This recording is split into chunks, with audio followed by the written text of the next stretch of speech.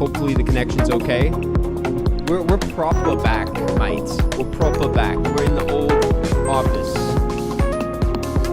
Let me turn this music down. How is everybody doing? It's good to be here. It's good to be here. It is August, what is it? August 6th, 2025. Welcome to the Broadkarst. Welcome back to the Broadkarst. Here we are. I'm going to say hello to everybody real quick. How's it going, Walter? Walter was in here early, by the way. Also, I'm here early. This is, if you didn't catch it, this is an hour earlier than I'm supposed to be streaming. But yeah, I have stuff to do later today, so I wanted to get on here and take care of business. Hello, Walter. How's it going? Mids, Homar, Boston stuff, Bushi, Ecole, Sasha, Delaney, Homer Simpson fan, Augustine, Nate, LSK Film, Pink Reboot, Curtis, Antonal, Tomas, Homer Simpson, how's it going? Laxella, I don't know. Sasha, I already said hello to Sasha. Mr. Shark Toes, how's it going? Rob, good to see you. Michael, David and Davey here today. Jack, how's it going? Oren, good to be here. Finger, how's it going, Finger? Kid named Finger in the chat. Wrestle Universe, how's it going? Alu, good to see you. Curtis, we're ready. How's everybody doing? We're back. Hope everybody's been enjoying the Discord. The Discord's been up for about a week now, and it's going well. I have not promoted it on the main channel, so it's a bit more low-key. I don't really actually know how much the main channel will do, but I'm enjoying the community we have going on there. I've dropped in there a little bit, and to silence. I don't know if I think the user was Dan. What this? This is the weekly broadcast. What are you talking about?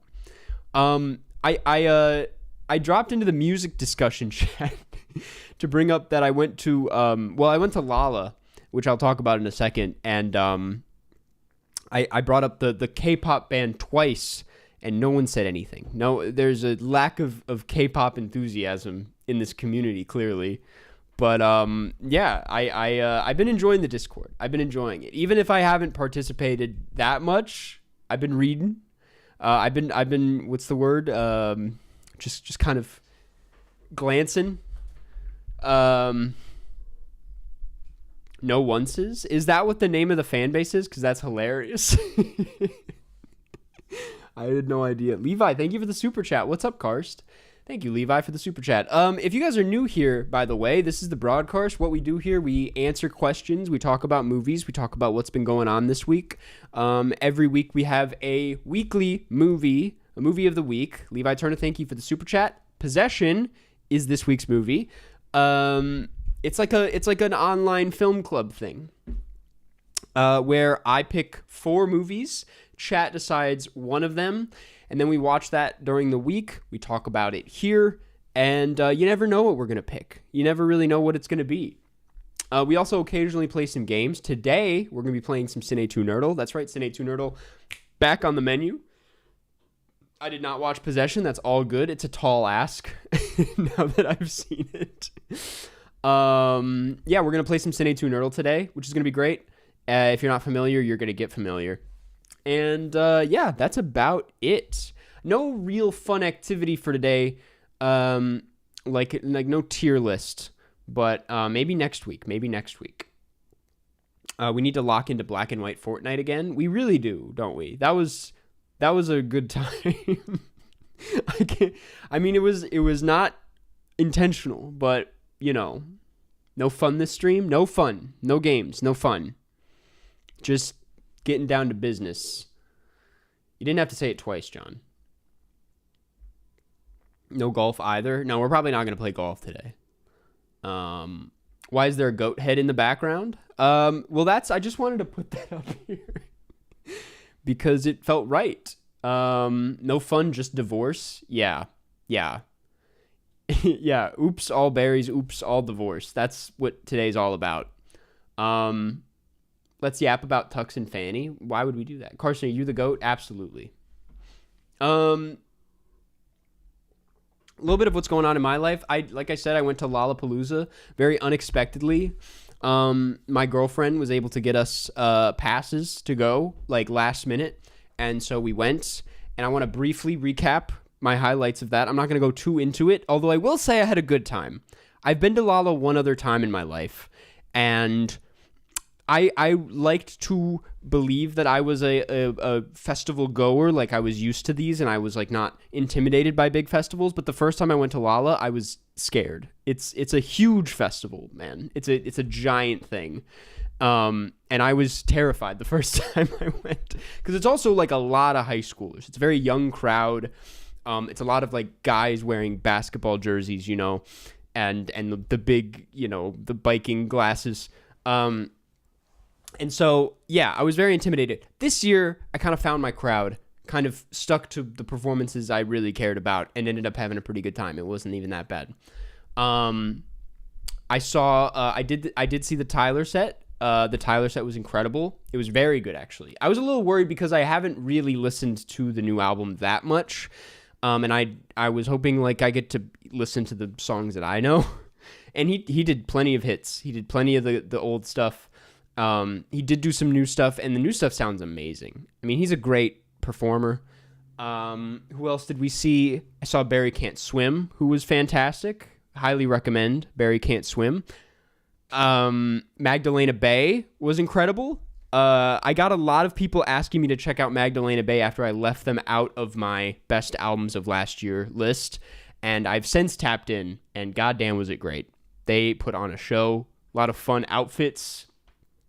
The next day, I saw Doechii, which was probably the set of the fest. That was incredible. She is probably the best live performer I can think of working today. I did see Blade. It was amazing. There was not a lot of people at Blade, I will say. And I think it's because Olivia Rodrigo was happening in the same time. I caught like 10 minutes of Olivia Rodrigo, and it was good, but I'm not a huge fan of her voice, at least live. It kind of like peaked every now and then and kind of hurt the ears. I did see JPEG Mafia. He was fantastic as always. Very funny. Great. He had to follow up Doechii, which was... In the moment, I was like, this sucks. I'd hate to be this guy. But he was amazing. It was fantastic. I also am used to him doing like really like DIY laid back performances where it's like just him and a laptop, but things have changed clearly because he's got like this full band now. And yeah, it was great.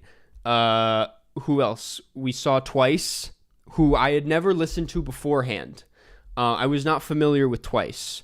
And have never really been like a huge K-pop guy. I've always like admired it from afar, but I'm not like I don't like listen to K-pop, admittedly.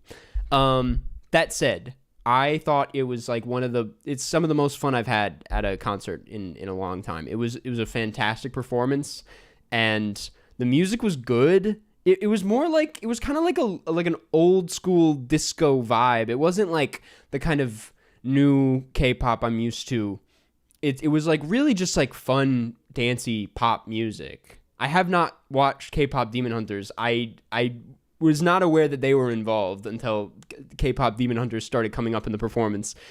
But they were amazing, man. They were great. I think I'm a fan now. I'm a once. And then the last day, I did see a little bit of Clairo.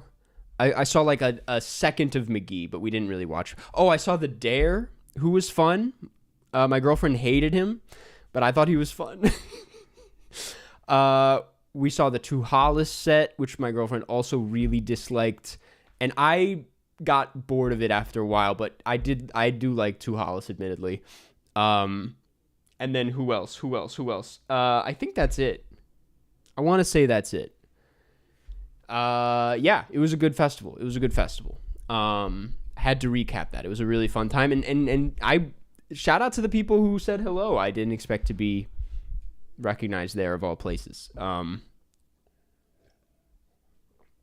I did not see Weezer because I went to go see Blade.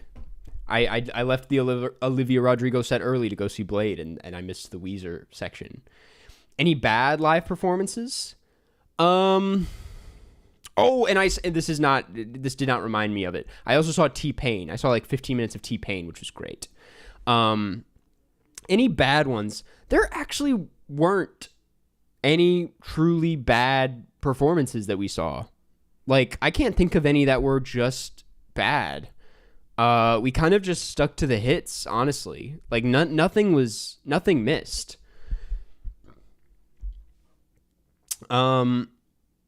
I'm trying to think now, like if anything was like outright bad, and I don't think there was. I mean, we walked by like, God, music festivals are so funny, man, because it's like all the stages are like sponsored by brands, so it's like The Venmo DJ booth, which is a real thing, was god awful. They were playing like horrible 2013 dubstep, and I was like, what year is it? Why are we playing this? I didn't stay for that set, but I like walked by it, and that's I mean, like, that's the kind of stuff I'm not like super into. So also best concert you've ever been to. I have to say, this is gonna sound, I mean, this is like kind of corny, but it might be the Brockhampton set I went to in 2017 before they blew up proper. Like, it was Saturation 1 at a small ass venue in Chicago, and the energy was off the charts. Like, just incredibly intimate. Played like songs that, well, obviously they'll never play again because they're broken up. But yeah, that I have to say that was like probably one of my best concert experiences. It was a really, and looking back at it, I'm like, yeah, that's a special one. That's a good one to have gone to. And then I got to meet like half of them after the show, which was awesome. Oh, I did watch Joe. Joe might have been, and he wasn't bad, but it was probably my least favorite that I watched. Not because it was bad, but because I don't know any of his music except for the big one, the Chicago one. And so I was, and it was just kind of like, it was like fine. It was like good and fine music. It was like an easy listen, but I wasn't like jamming out. If that's the worst one, then it was a pretty good festival, because it wasn't even a bad set. It was a good, they were good. But yeah, Joe was probably, yeah.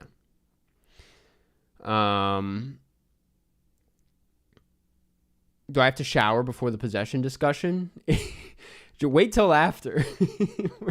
You gotta wait till after we get into it. Maybe rinse down. But what was the movie of the week? The movie of the week was Possession, 1981, the classic horror film. We're gonna get into it in a second, because there's a lot to talk about. It's a bit. Please understand, it's a bit daunting to get into this, because it's a dense movie, and I don't think it's crazy to say I'm not like 100% on it after a first watch. It's a movie not only that you have to like watch again, but you might like need to like sit with for a second.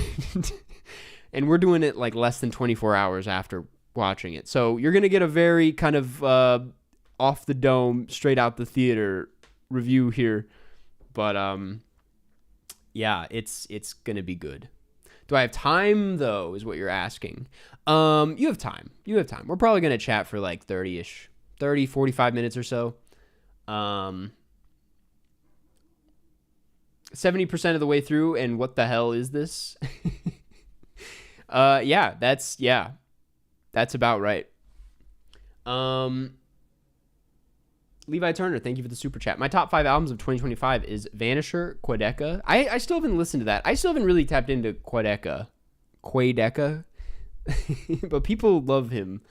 Black Antique, Pink Sifu, Sable Fable by Bon Iver, Hurry Up Tomorrow, The Weeknd, and the new Clips album, What's Yours? Those are good picks, honestly. I don't even think I've listened to the new Bon Iver quite yet. I think mine. What do I have? I'm gonna do it quickly. I know I always end up talking about music here, but we haven't actually talked about music in this stream in a while. But okay, the new Alex G. I know people don't fuck with it, but I like it. The new Corbin, Crisis Kid, I think is fantastic. I just peeped the new Jane Remover album, and it's pretty good. Like, I'm kind of out of the hyperpop thing, but like that one's pretty good. Who else? The new Clips, obviously. That's a no-brainer. And dude, I'll give the new May Simone's album a boost. That's a good one. May Simone's, FKA Twigs. I want to put that Cameron Winters album in my best of list, but It came out in December. You forgot Young Lean? I didn't forget Young Lean. Trust me. I didn't forget it. I don't hate that album. I think it's okay. I think it's good. But, like, some of the songs are great. Some of them, I'm not there yet. But that's how it goes with Young Lean. Is you got to give it, like, 2 years. And then they'll all hit. But I'm not there quite yet with it. It's not his best. It's not his best. Carson, do you watch One Piece? No. And I thought like a few months ago that maybe I would get into it. I was like, maybe I can do this. And then I saw how many seasons there were, and I was like, there's no fucking way. There's not a single chance. I'm like, what is the point if when you're in a position like mine, like how do you get into that? You just have to get in young, I feel like. I can barely fucking finish season 1 of The Sopranos, dog. Like, I'm not, which I'm gonna finish, but life got in the way. Okay? With TV shows, it's hard, man. Like, it's a life, it's a commitment.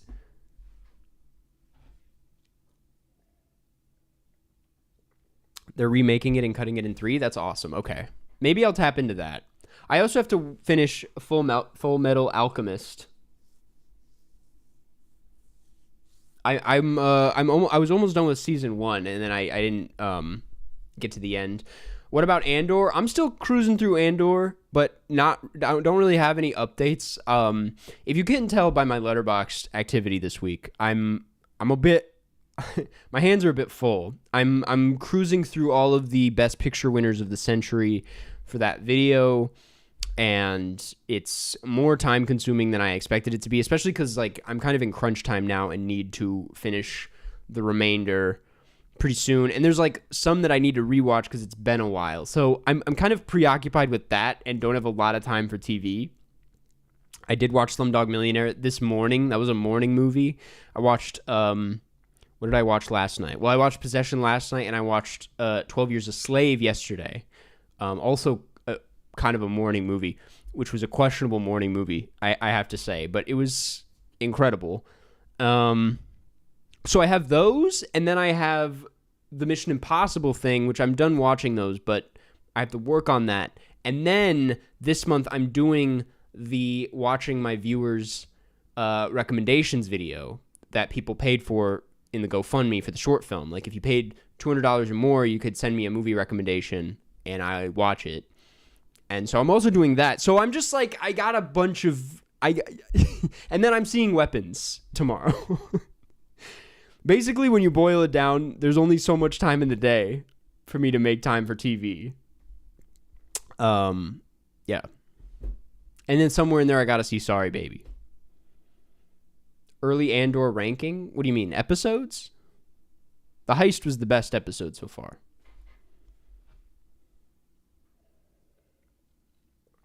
See Harry Potter movies, man. Did you not listen to everything everything I got going on in my life? Harry Potter's at the end of the list. I'm sorry. I'll watch all of One Piece first. No disrespect to Harry Potter. It's just Breaking Bad or Better Call Saul. I've only seen Breaking Bad. Oh, you meant rating. I mean, it's a solid A. I mean, it feels weird to rate it off just like 8 episodes, but like solid 4.5 right now. It's okay to disrespect Harry Potter. That's true. That is actually true. I'll disrespect Harry Potter all day. Dude, I knew I was onto something as a kid. As a kid, I was always like, this shit, something's off. I knew what was coming. Airplane movie rec, flying out Monday. Dude, I hope this wouldn't be your first time watching this, but I watched Mission Impossible Fallout, rewatched it on the flight a few days ago. I think that's it. It's fantastic. It's a chunky 2 hours and 20 minutes. It flies by. It's probably one of the most entertaining movies ever made. Old man next to me, for the last like 20 minutes, he was like kind of just glancing at my screen because I also had subtitles on, so he could fully understand what was happening. And as you know, there's like the helicopter ending, and there's a moment where Tom Cruise, spoiler alert, saves the day. And the old man, I could just see him like nodding. And I looked over, and then he like immediately was like looking around, and I was like, "It's okay, man. We're all into it. We're all into it here. Feel free."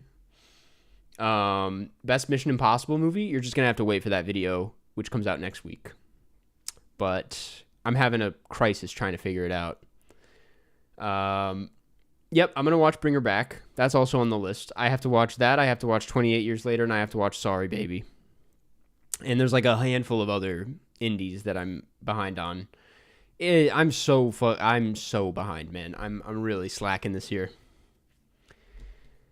Yes, any 2000s Pixar or DreamWorks movie is also a really good airplane movie. That's true. Devil Wears Prada is great. You can speak from experience on that one. Martyrs is not.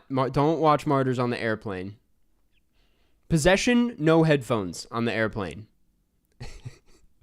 Just see what happens. Seen John Wick. I've said this before. I've not. No. But I watched the first one for the first time on a flight about 2 months ago when I was on the way home from Cannes. But I had a cold, and it was hitting at its worst on the flight while I was watching John Wick, and I was kind of like in and out of sleep. So I couldn't even log it. I was like, I didn't watch that movie. That was not. And every time I woke up, it was like Willem Dafoe, and I was like, I didn't know he was in this. Like, yeah. Dude, I'm not a huge trailer guy, but the J. Kelly trailer, to answer your question, Deeth, is fantastic. I'm back, man. I'm back on my Noah Baumbach bullshit. I was like a little too into Noah Baumbach for a little bit. Like 2019 Marriage Story, that Oscar season, Parasite was just so like the front runner that I was like I'm gonna root for Marriage Story because like no one else is really rooting for it, and I love it. And I watched the rest of his filmography, and I just got really into Noah Baumbach for a while. And I kind of fell out with White Noise because White Noise was like fine. It wasn't bad. I'll defend it, but it wasn't. It didn't hit. And the J. Kelly trailer hit, and I was like, we are back. We are so fucking back. I'm so excited for the J. Kelly movie. That's White Noise. It was not a bad movie. It was a disappointing movie. It was overstuffed. Someone said in my what I watched this month, I saw a comment that was like calling something messy is like the laziest form of film criticism, which sure, you can't call everything messy. And I call things messy in thumbnails because it's like it's an easy thumbnail word. But sometimes a movie is messy. And White Noise is like dictionary definition messy. Like that's a messy movie, and that's like one of the core issues with it. Also, I got a thing that was like messy. What was it? Actually, never mind. We're not going to open up that can of worms. Will you watch War of the Worlds? Dude, so like I obviously had no interest. Like that's not a movie I'd ever come near and don't really care. But the reception and people calling it like the worst movie they've ever seen and like seeing clips of it out of context, I'm like, I might need to watch this. This shit looks horrible in like a really, like a so bad it's good way. Obviously, like it's not going to be good. Obviously, like it's probably way worse and like boring and terrible. But I'm like, this looks like an all-timer for sure.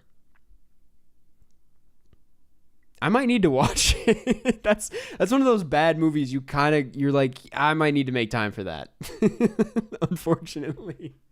It looks so bafflingly bad. Like such a like why did they do that? I saw they did like a what was it? There was like a dolly zoom that then like transitions into a screen dolly zoom. It was like I don't know. I need to watch it. Who's your favorite director at the moment? Working today, I don't know. That's a good question. I mean, this is like recency bias, but I was thinking about this. I'm like, I don't think there's someone who I'm like their opening day for as much as like Ari Aster. Like I'm there for him day one. Like I get really excited about new Ari Aster movies, even if he has yet to like make a full-blown masterpiece in my mind. Scorsese, yeah, but like I don't know why that's not an exciting answer. Like I guess Ari Aster, I guess maybe Bong Joon-ho, honestly. Honestly, it's probably Bong Joon-ho. PTA. Yorgos I like, but I'm not like, I kind of know what I'm getting into with his movies in a good way. I prefer it when it's like Ari Aster I love because I don't know what the fuck I'm getting into. Like, but he's like consistent at the same time, you know? You a Jay Dilla fan? I am a Jay Dilla fan. I got Donuts on vinyl. It's a fantastic listen. Gaspar Noé, he's on he was on the jury for that IMAX AI film festival, which was a real I will say unsurprising given who he is, but definitely a disappointing thing to find out. I was like, shit, we lost him. But I'm like, it's like not even in the least bit surprising. He's that kind of filmmaker. But what about David Lynch? I got bad news for you, brother. He's not active these days. Park Chan-wook, dude, that new Park Chan-wook film is gonna be a banger. I'm so excited. I think it's gonna be fantastic.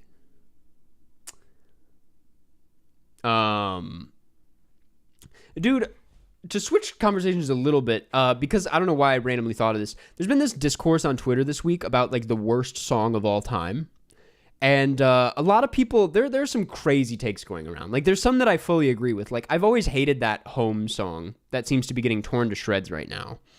I'm not going to sing it, but you know, it's the song where they're talking about home and they're like, me, oh my, apple pie.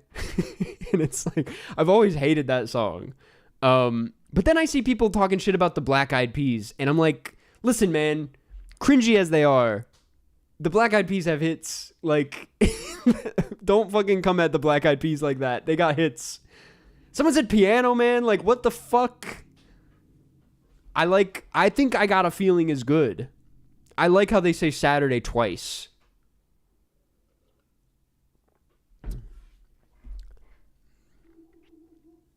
Who Let the Dogs Out is ass.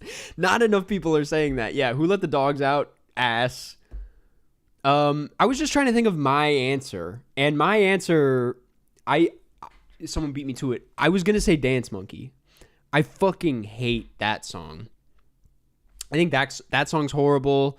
A lot of people are saying Imagine Dragons, but I specifically think Thunder is a god-awful song. I think Thunder sucks. It's like I can't even comprehend how it got anywhere because it's so bad. Like there's obviously bad songs, but I think like pop songs that like really made it, like Radioactive, I don't hate as much as Thunder. Radioactive, it's like when you were there, that during that year, like in the right context, it was fine. But Thunder, when would that ever go over well? Earth by Lil Dicky, like, yeah, of course. But that's like obvious. I can't think of like genuinely. I Don't Want to Wait by David Guetta. I don't think I'm familiar, unless I am. I don't know. I really do. It is funny though how many songs people are listing came out of like anywhere between like 2012 to like 2016. It's like that was really like pop music was particularly awful in that span of time. Like, damn. We have it pretty good these days, all things considered. I'm like, our main pop artists are like pretty solid the more I think about it. We used to have Meghan Trainor, you know? Yeah, What Does the Fox Say was... Dude, what does the Fox say? Terrible. Gangnam Style? It was a good time. I'll defend Gangnam Style. That wasn't bad. Damn by Kendrick Lamar. What are we doing? Wiley Todd, thank you for the super chat. Have you seen Oh Hi yet? My favorite movie and soundtrack of the year so far. Fantastic needle drops. Wiley Todd, appreciate the rec. I have been recommended it. But let me look this up.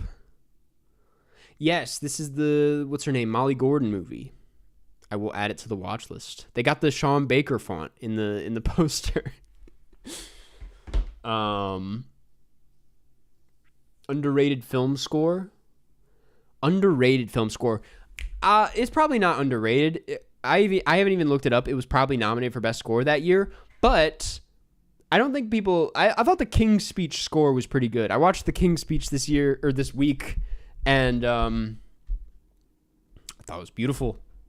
I like my display, and he was great. Phantom Thread is not underrated. That is like one of the most respected film scores of the decade, I would say.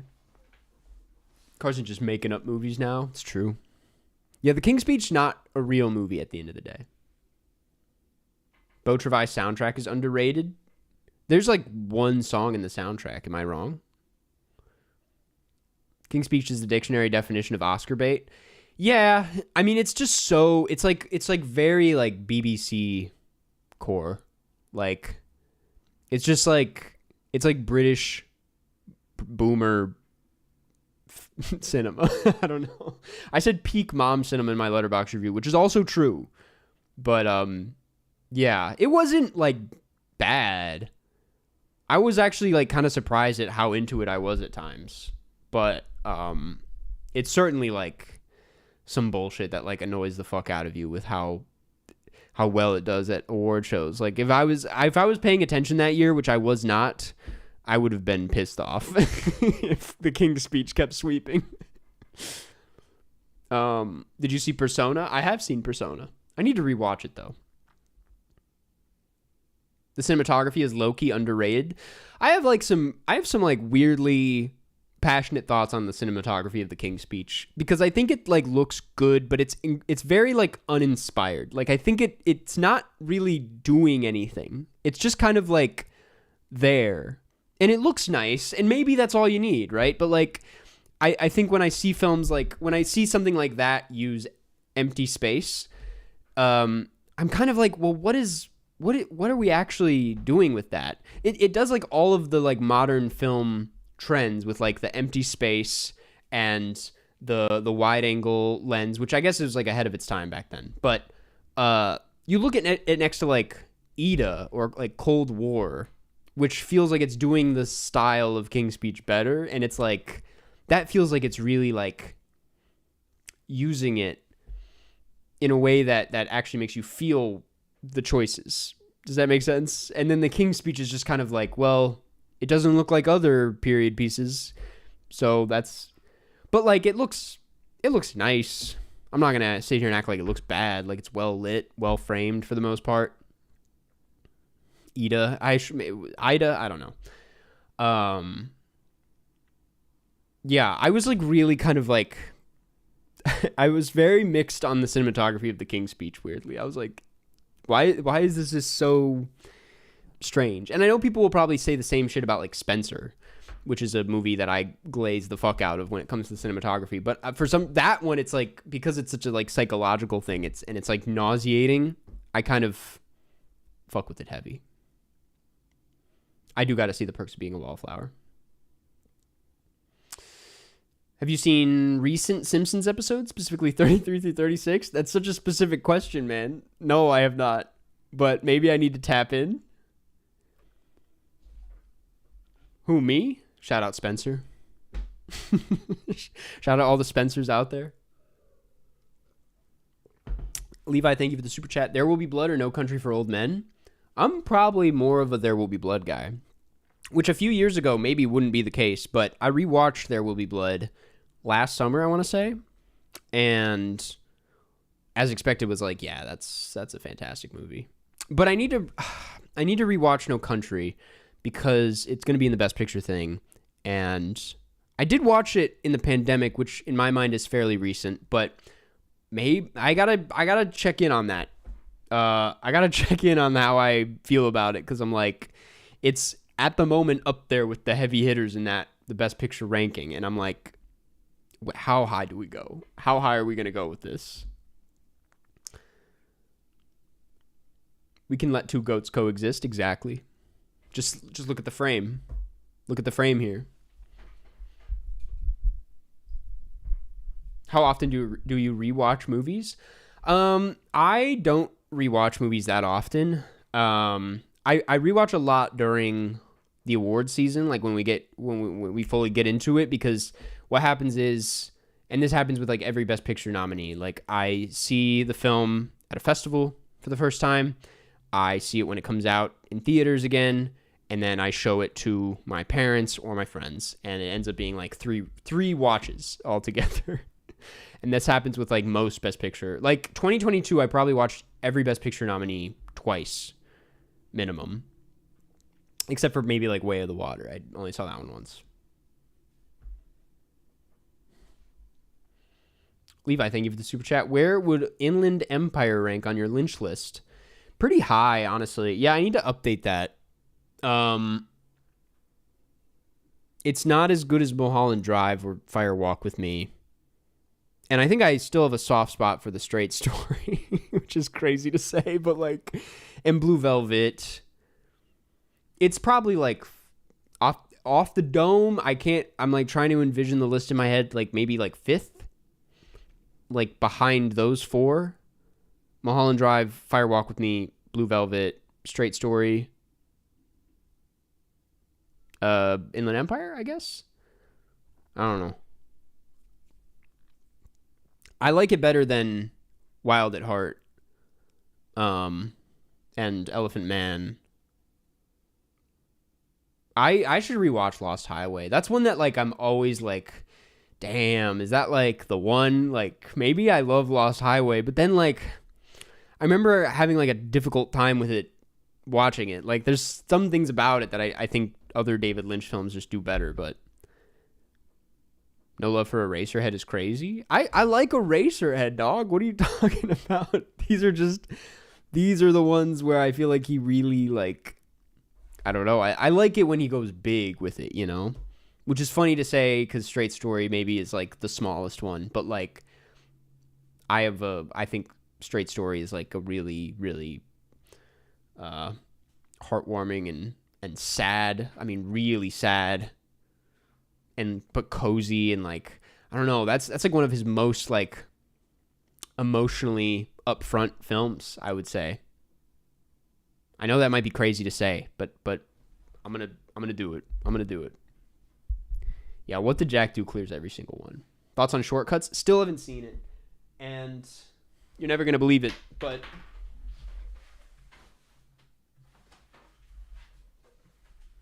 I got the Criterion.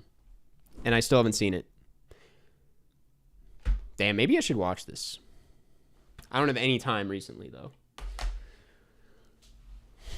I gotta watch fucking Hurt Locker today.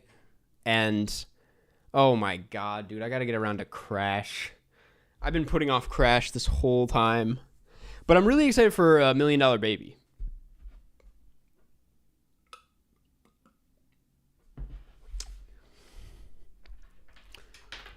Can you name 5 movies funnier than Hoodwinked? Airplane, the original Naked Gun, the new Naked Gun, smiley face, and the Simpsons movie. Dude, fuck it. And the Steve Martin Pink Panther and Popeye. Easy.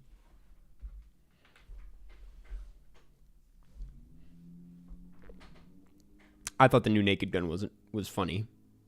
I understand, but I will say the Mark Kermode review kind of broke my heart. I was really surprised, but I guess it's like not British humor. It's very much, and he claims he's like I love the original Naked Gun. And I'm like, do you? Like, when's the last? Why do I? Because it's like the same type of humor, in my opinion. I do think I agreed with his point, though, on Leslie Nielsen. Not Leslie Nielsen. Oh, my God. Liam Neeson. I, like, forgot his name. Playing it up more than Leslie Nielsen, who plays it very straight. And, like, the straightness is what's so funny. But, dude, the windshield joke just kills me, man. It is so, that's one of those where I like in the theater was just like I almost clapped. It was so fucking good. I was like, that's just the perfect joke. It's the perfect joke. Cause you're just like, dude, I love it when I think bee humor is so funny too. Like when someone introduces bees, like one of the lines in Arrested Development that just tickles me is like when Jobs keeps being like bees, and I'm not explaining it very well, but like it's so bees just make me laugh, and so when they do it in the Naked Gun, it's like hilarious, and then I'm like, so what's the punchline gonna be? And then, it's so fucking funny. The snowman bit was good. I thought the chili dog bit, dude, he was like complaining about the chili dog bit. I was like, that is like one of the best bits in the movie, in my opinion. I don't know. I thought Naked Gun was hilarious. I was having I do agree. I think, what wasn't funny? I think it ends not that funny. Like the wrestling stuff was underwhelming, but still like good. I don't know. The windshield bit, dude, it's the best bit I've seen in a very long time. It's so fucking good. Ah, man. Dude, and the Miranda Rights thing. Freakier Friday predictions? It's probably going to be ass, dog. It's probably going to be terrible. What do you mean? Worst and best superhero movies? Best superhero movie? Probably across or into, they're kind of tied. One of the Spider-Verse films or the second Sam Raimi Spider-Man movie. It's a Spider-Man movie.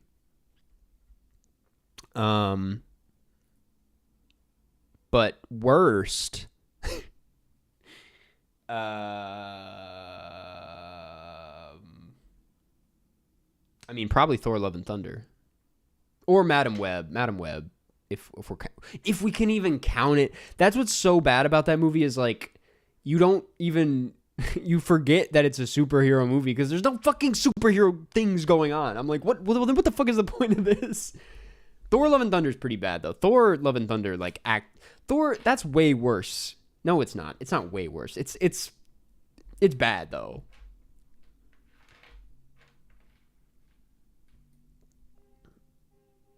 I'm seeing Weapons tomorrow, and then the review will be out hopefully on Friday, depending on sponsor approval. Will you see The Life of Chuck?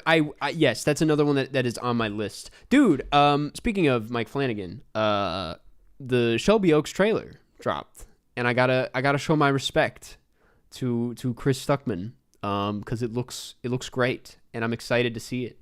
And I'm like I was like weirdly, like I'm not the biggest Stuckhead in the world, you know? Like but I've been getting Stuckmanized for a while. Like I speak for most people talking about movies on YouTube when I say like he's you know, paved the way for a lot of people and clears the other guy any day. And I've always just had a lot of respect for Chris Stuckman and have wanted the best for him. And like, I'm just weirdly like emotional and happy to see him, you know, doing it and getting the fucking Neon trailer. It's like so exciting. And I'm excited to see it. I hope it does well, and I wish him all the best. Hopefully it doesn't suck. But yeah, happy for Chris Stuckman. Had to give that a shout out.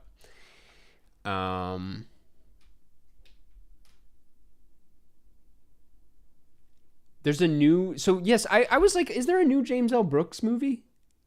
And apparently there is. I saw some people talking about it today, and I was like, what? Which is funny because I'm like kind of getting into a James L. Brooks phase. Like, I watched Broadcast News and thought it was like one of the best movies I've ever seen, and have just been like kind of waiting for the time to watch another James L. Brooks movie because I'm like, I want to watch more. I want to watch Spanglish, man. I don't care. I'll watch Spanglish. But yeah, I heard it's... I mean, I don't know what to think of it. I haven't seen like the trailer for it. Maybe it's bad. Thoughts on Dougal? Guys, yeah. Those are my thoughts. Favorite movie of 2025 so far? Probably Sentimental Value.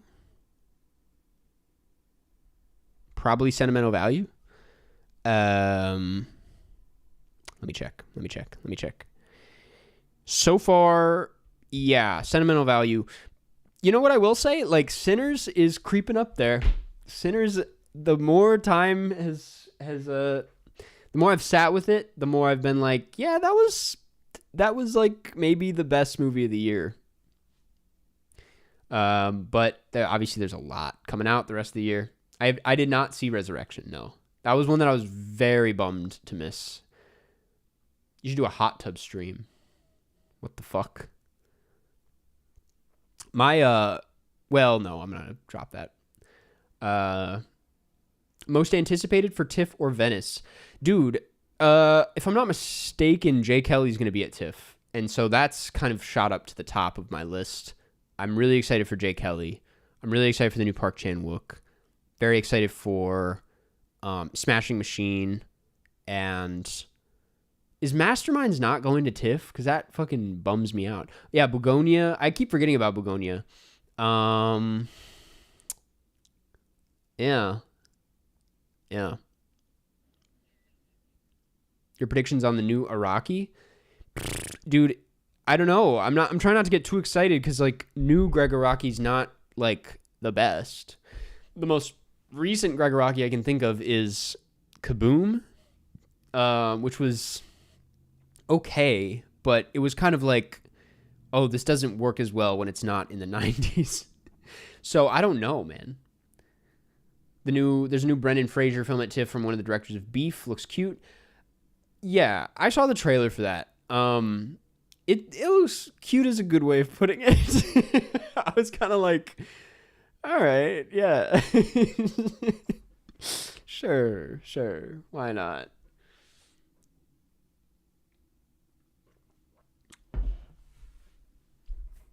Thoughts on the new SpongeBob movie? I'll probably end up seeing it. I might give that one a watch. Maybe maybe even a review. I don't know. Do you enjoy music video movies? Quidek just filmed one, and it was great. I mean, yes, I do. I don't like actively seek them out that often, but I will check it out. Yeah. Not to give Kanye too much credit here, but I think it's his My Beautiful Dark Twisted Fantasy film. If that counts, that's like one of the greats. I feel like that's such a fantastic short film, music video, movie, whatever we want to call it. Dude, I know the two Safdie films in 1 year is crazy. I've been saying like I'm very excited to pit them against each other. To be honest, it ain't that serious, but I do think it's gonna be fun to be like, Josh clears Benny. Or the other way around. It's probably going to be the other way around. What do I know?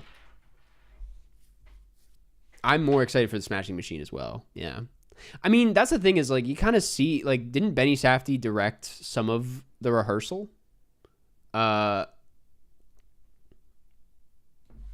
Like, we've seen what he does, and he does it good. I don't know what, I can't think of any, like, solo Josh Safdie projects. I have not seen Caught by the Tides yet. That's another one that I'm like, I gotta see that soon. He just co-created it? Okay. I thought he directed a few episodes, but maybe that was like Nathan Fielder. That's funny that you say Benny Safdie was good in Happy Gilmore 2. I've been seeing people like, I haven't seen the movie, but people are like shitting on his character and him as an actor. Like, because of Happy Gilmore 2. And I'm like, how bad was he, man? Like, maybe they're just not tapped in to the Benny Safdie touch.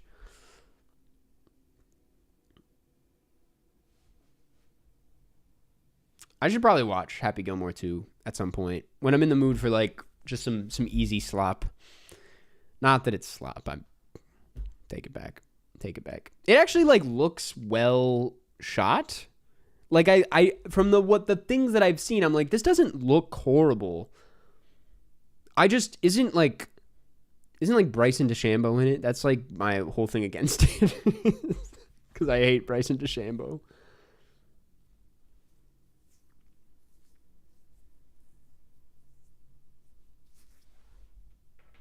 Brother, it's directly from the trough.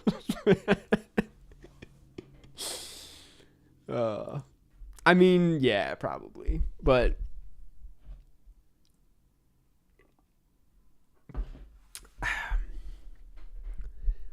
I'm still going to watch it. Have you seen Sex, Lies, and Videotape? I have not. That's a big one. Heard it's peak Netflix slop. I don't know, dude. I can't speak on it. On the topic of golf media, the Owen Wilson Stick show also dropped on Apple TV like around a similar time.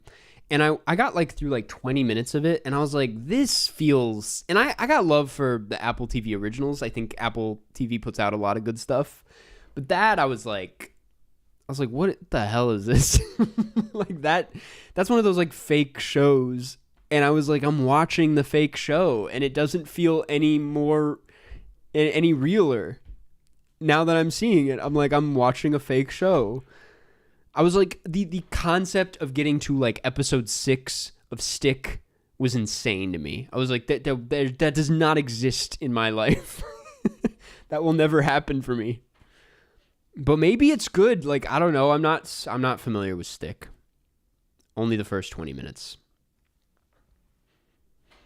Yeah, Severance was fantastic. I heard that what's it called? The Harrison Ford, Jason Segel show is pretty good. Obviously, like the movies they put out are always solid.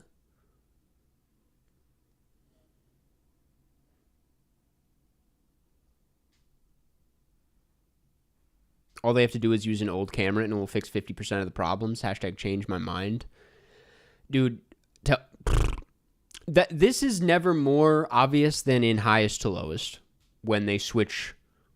I don't know if they just switch cameras or they just color it differently, but there's like a pretty like abrupt stylistic change, and you all of a sudden are like, yeah, it's a better movie now. Now it's amazing. Now we're back. But like the digital sheen of the first 30 minutes or so of that movie is like, oh. Oof. But that was like a movie where I realized I was like, damn, man, I'm so easy to please sometimes. Like all they did was like switch the camera. It wasn't just that though. There's a lot of other things going on. You should watch the OG High and Low. Yeah, everyone should be taking this opportunity to watch the OG because it's fantastic. And it actually makes watching the new Highest to Lowest like really interesting and fun, like because it is like very similar, and like you see how it's a remake, in some really fun ways, and I don't know. It's like very clever what he's doing with the material. So I recommend checking it out. It's also maybe my favorite Kurosawa movie, so that's, also a thing. It would be a fine first Kurosawa, actually. It'd be fine, yeah. I mean, if you want to, you could just crank out Rashomon before. I think it's only like 90 minutes. Rashomon is like a really solid intro. And then you can go into High and Low to see some modern Kurosawa, and then you go into Seven Samurai to see like the big one. And then you go back to Ikiru, and all of a sudden you're hooked, and there's no going back.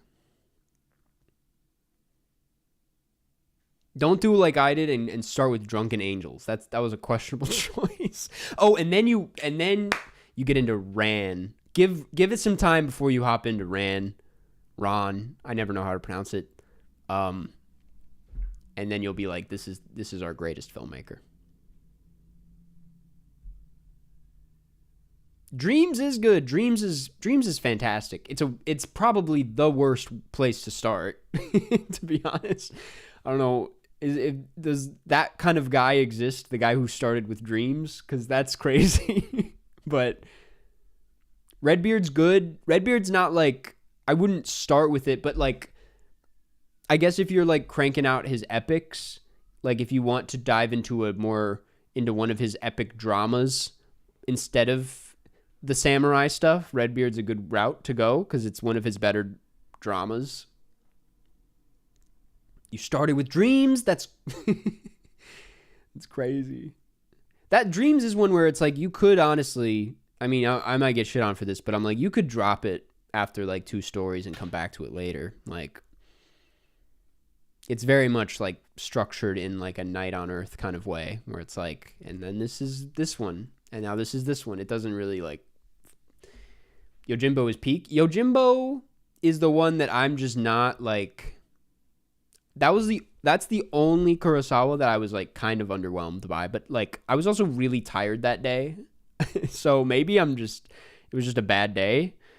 But I was actually gonna see, they were doing an Akira Kurosawa retrospective at Music Box while I was in Chicago, and I was gonna go see Sanjuro, the Yojimbo pairing, but then we got tickets to Lala and I couldn't go. I also haven't seen Throne of Blood.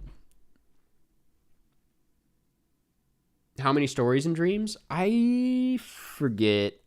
Why do I want to say 6? Or 8? Or 7? 6 through 8, somewhere around there. It could be 5.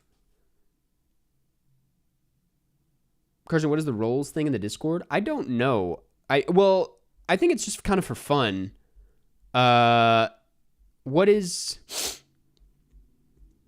What's going on in the Discord? I obviously can't like check the Discord while I'm doing this. But John and our wonderful Discord, what's it called, creator Michael, are probably on it. But I can't. Oh yeah, if you want your letter. Okay, so yes, so I guess now is what we're coming up on we're at the hour mark. At the end of each stream, if you're new here, we roast a Letterboxd. It's called the Weekly Boxed, where if you join the Discord and put in your Letterboxd profile and ask to be roasted, you enter a consensual roasting.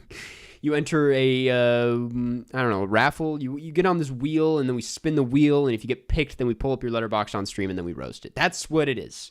More info is there. John also explained it in the chat. It's a ton of fun, but it comes up at the end. So, yeah. And we notify you, I'm pretty sure, if you get picked. But anyway, we're at the hour mark, so I kind of want to get into Possession. I think it's a good time to get into Possession. We'll talk about it for a little bit, and then we'll play some CineNerdle and call it a day. But we are officially in Possession territory. This was our weekly film of the week, picked by the chat. This is a classic 1980s horror film, directed by, and this is going to be fun. How do we pronounce this name? I wasn't familiar with his work before this. Andrzej Zulawski is what I'm going to say. Andrzej seems like the safest bet here. what is that, Polish? Yes, Polish film director. Apparently makes dramas most of the time. Is not usually making horror movies, but this is his big hit, his most iconic film. Many people know it. A little bit of history with this one. It's taken me a while to get around to this, and I'd assume many people, because it has an interesting history with releases. When it was first released in the US back in 1981, funny enough, it was cut down to 81 minutes. For reference, the film is just over like 2 hours, I believe. So a lot of film was cut, apparently like a third of it. And all his dramas are scary too. Okay, good to know. Good to know. It was basically like cut down and turned into more of a creature flick, more of a monster movie, which if you didn't know there's a creature in this, I actually had no idea there was. I knew very little about this. And then in the opening credits, they were like special effects on the creature done by, and I was like, oh fuck, I can't wait to meet him, whoever that is. And yeah, so it was turned into a creature movie. They cut a lot of the like psychological elements, a lot of the, honestly, like what make the movie what it is, all the divorce, the fighting, and all of the really kind of ugly and unenjoyable stuff. And that was what it was for a long time, I'm pretty sure. It was a very hard movie to find for a while. And I know this because a few years ago, it only recently got a 4K restoration and a proper release, the full cut, like a few years ago in 2021 by Metrograph, who put out this release. And now it's, you can stream it, and it got a full re-release and all this stuff. But before that, it's like, if you tried to watch Possession, it's like you had to pirate it or like find it illegally, which I don't do. But yeah, it's just been through some shit. And it's kind of always, movies like that, horror movies always intrigue me, because it's like, damn, like how bad is it? Like, what are we going to see? And sometimes it's less that and more just like rights issues. But here, having seen it, I can see why it's a bit of a disturbing watch, a bit of a tough watch, a bit of a controversial one. Real quick, I want to like get chat's read on this. Have many of you seen this before? And like, what are the thoughts on this? Because I was honestly kind of surprised at how weird it was, and how inaccessible I found it to be. Like, I know it's like an iconic film and has some like crazy shooters, but yeah, I would also not be surprised if a lot of people do not vibe with this. Been in my top 4 for years, for sure. Love it. Mid. First time for me, and I was pretty disarmed, for sure. I've seen Possession twice. It's my least favorite Broadkarst film so far. Interesting. I also want to note, I don't mean to do this intentionally, this is the third Broadkarst film to get like 4.5 stars. And I'm not just a guy who enjoys everything, but just had to point that out. I didn't mean for that to happen. I enjoyed it. One of my favorite horror movies of all time. Last Night was my first time, and I really liked it. Yes, second time watching it, it's actually one of the best movies made, in my opinion. It was cool. Yes, freaky. It's one of my favorite movies. I first saw this in a theater with my friend, stoned out of my mind, and we were repressing laughter so hard I think a black hole formed in each of our stomachs. That's crazy, man. I think watching... This is on the list of worst movies to watch high. This would be a really bad time high, because like I already felt kind of high watching it.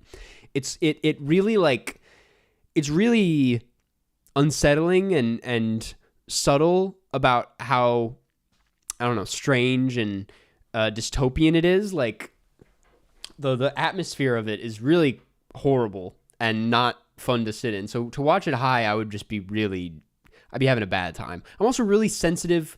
In the few times I've gotten high in my life, I'm very sensitive to sound when I'm high. Like, I don't know how loud something is. Like, I start to overthink the volume on everything.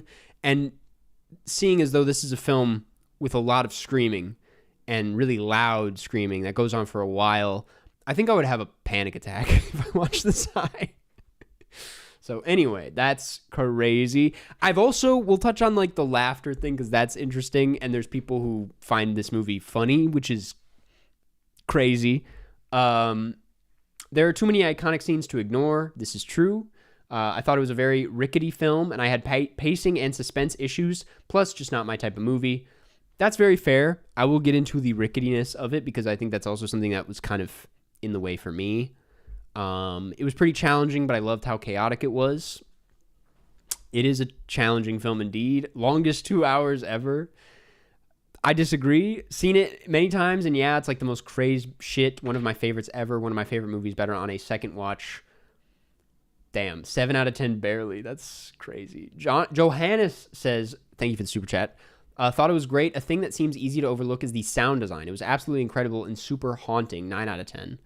Yes. The technical elements here, sound design included, are like one of my highlights for sure. Like, even if you really don't vibe with it, it is a incredibly what's the word? Oh my God, why can't I think of the word? Ahead of its time, I guess. Like, it's one of the best looking movies of the 80s that I've seen. I mean, for movies of this kind that feel like, I don't know, like late night horror movies, it looks way better than it has any reason to be. Not that like most Italian giallos look bad. A lot of them look amazing. They have like the best colors in any movie. But this has like the vibe of that for some reason, but like also feels like a Kubrick movie every now and then with its framing. I mean, it's really like, it feels like they're fucking putting the camera on like a tripod that's like double the height of the actors and just like rotating it like this as the actor like walks around the pole. And I'm sure that's not how they did it, but that's like how it looks. And there's all this shit with mirrors in the beginning that I was like, how are they doing this? It's a really impressive and unique looking movie that is worth a watch for that alone. And I'm really surprised that like the Kubrick comparisons don't come up more often, just because it had a really distinct look that, as ugly as it was, looked fantastic. Very cold, very gross, sterile movie. I mean, I've never been to Berlin. This was shot in Berlin, I'm pretty sure. Actually, was it shot or took place like right next to the wall? It really captured like the sterileness of that area, you know? Like it's a really bleak looking movie. And yeah, it's details like that just push it over the edge, you know, that make it just that much more unenjoyable, I guess. I want to touch on, I feel like a lot of people, in light of my What I Watched This Month last week, I described Eddington as unenjoyable and then gave it 4 out of 5. And people were like, that doesn't make any sense. Like, you call it unenjoyable, and then you give it like a 4 out of 5. 2025 Karsten, everyone. And I'm like, dog, sometimes an unenjoyable movie is like good for that reason. Like, why do you want everything to be a good time? Like, some movies shouldn't be a good time. Some movies should challenge you and feel like shit, and it should be a bad experience watching it. And that's what's impressive about it. Did you want Eddington to be a good time? Is what I'm asking. Like, I don't know. And Possession is like even like that times 10. It's like, fuck, I don't want to be watching this movie after like 30 minutes, and yet, like this person said, hour and a half left, longest 2 hours ever. I was surprised at how much I didn't feel the runtime. I think because it just feels like one scene ends up topping the last, like it just keeps getting crazier.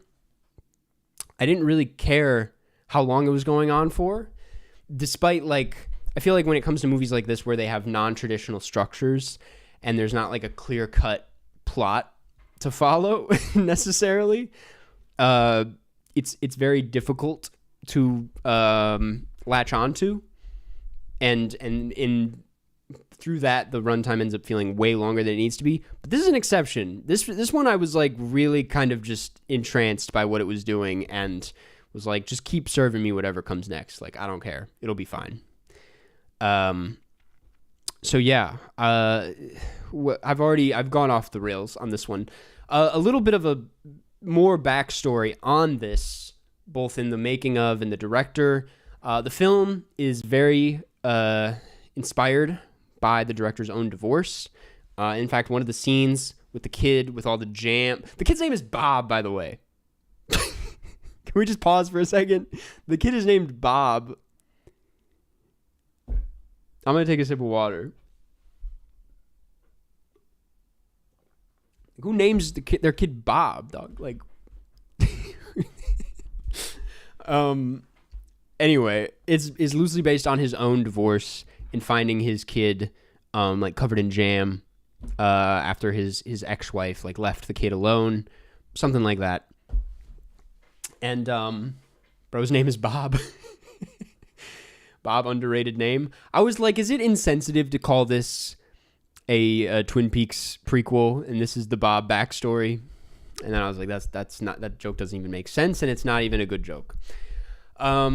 Anyway, it was a very personal film for him, clearly, and you like really feel that in the filmmaking. He was having, I'm pretty sure everyone involved, the top 3 people involved in this film were either mentally unstable before or after the movie, which says a lot about the film, because I think he had a lot of like suicidal thoughts before making this. He fell into like a deep depression.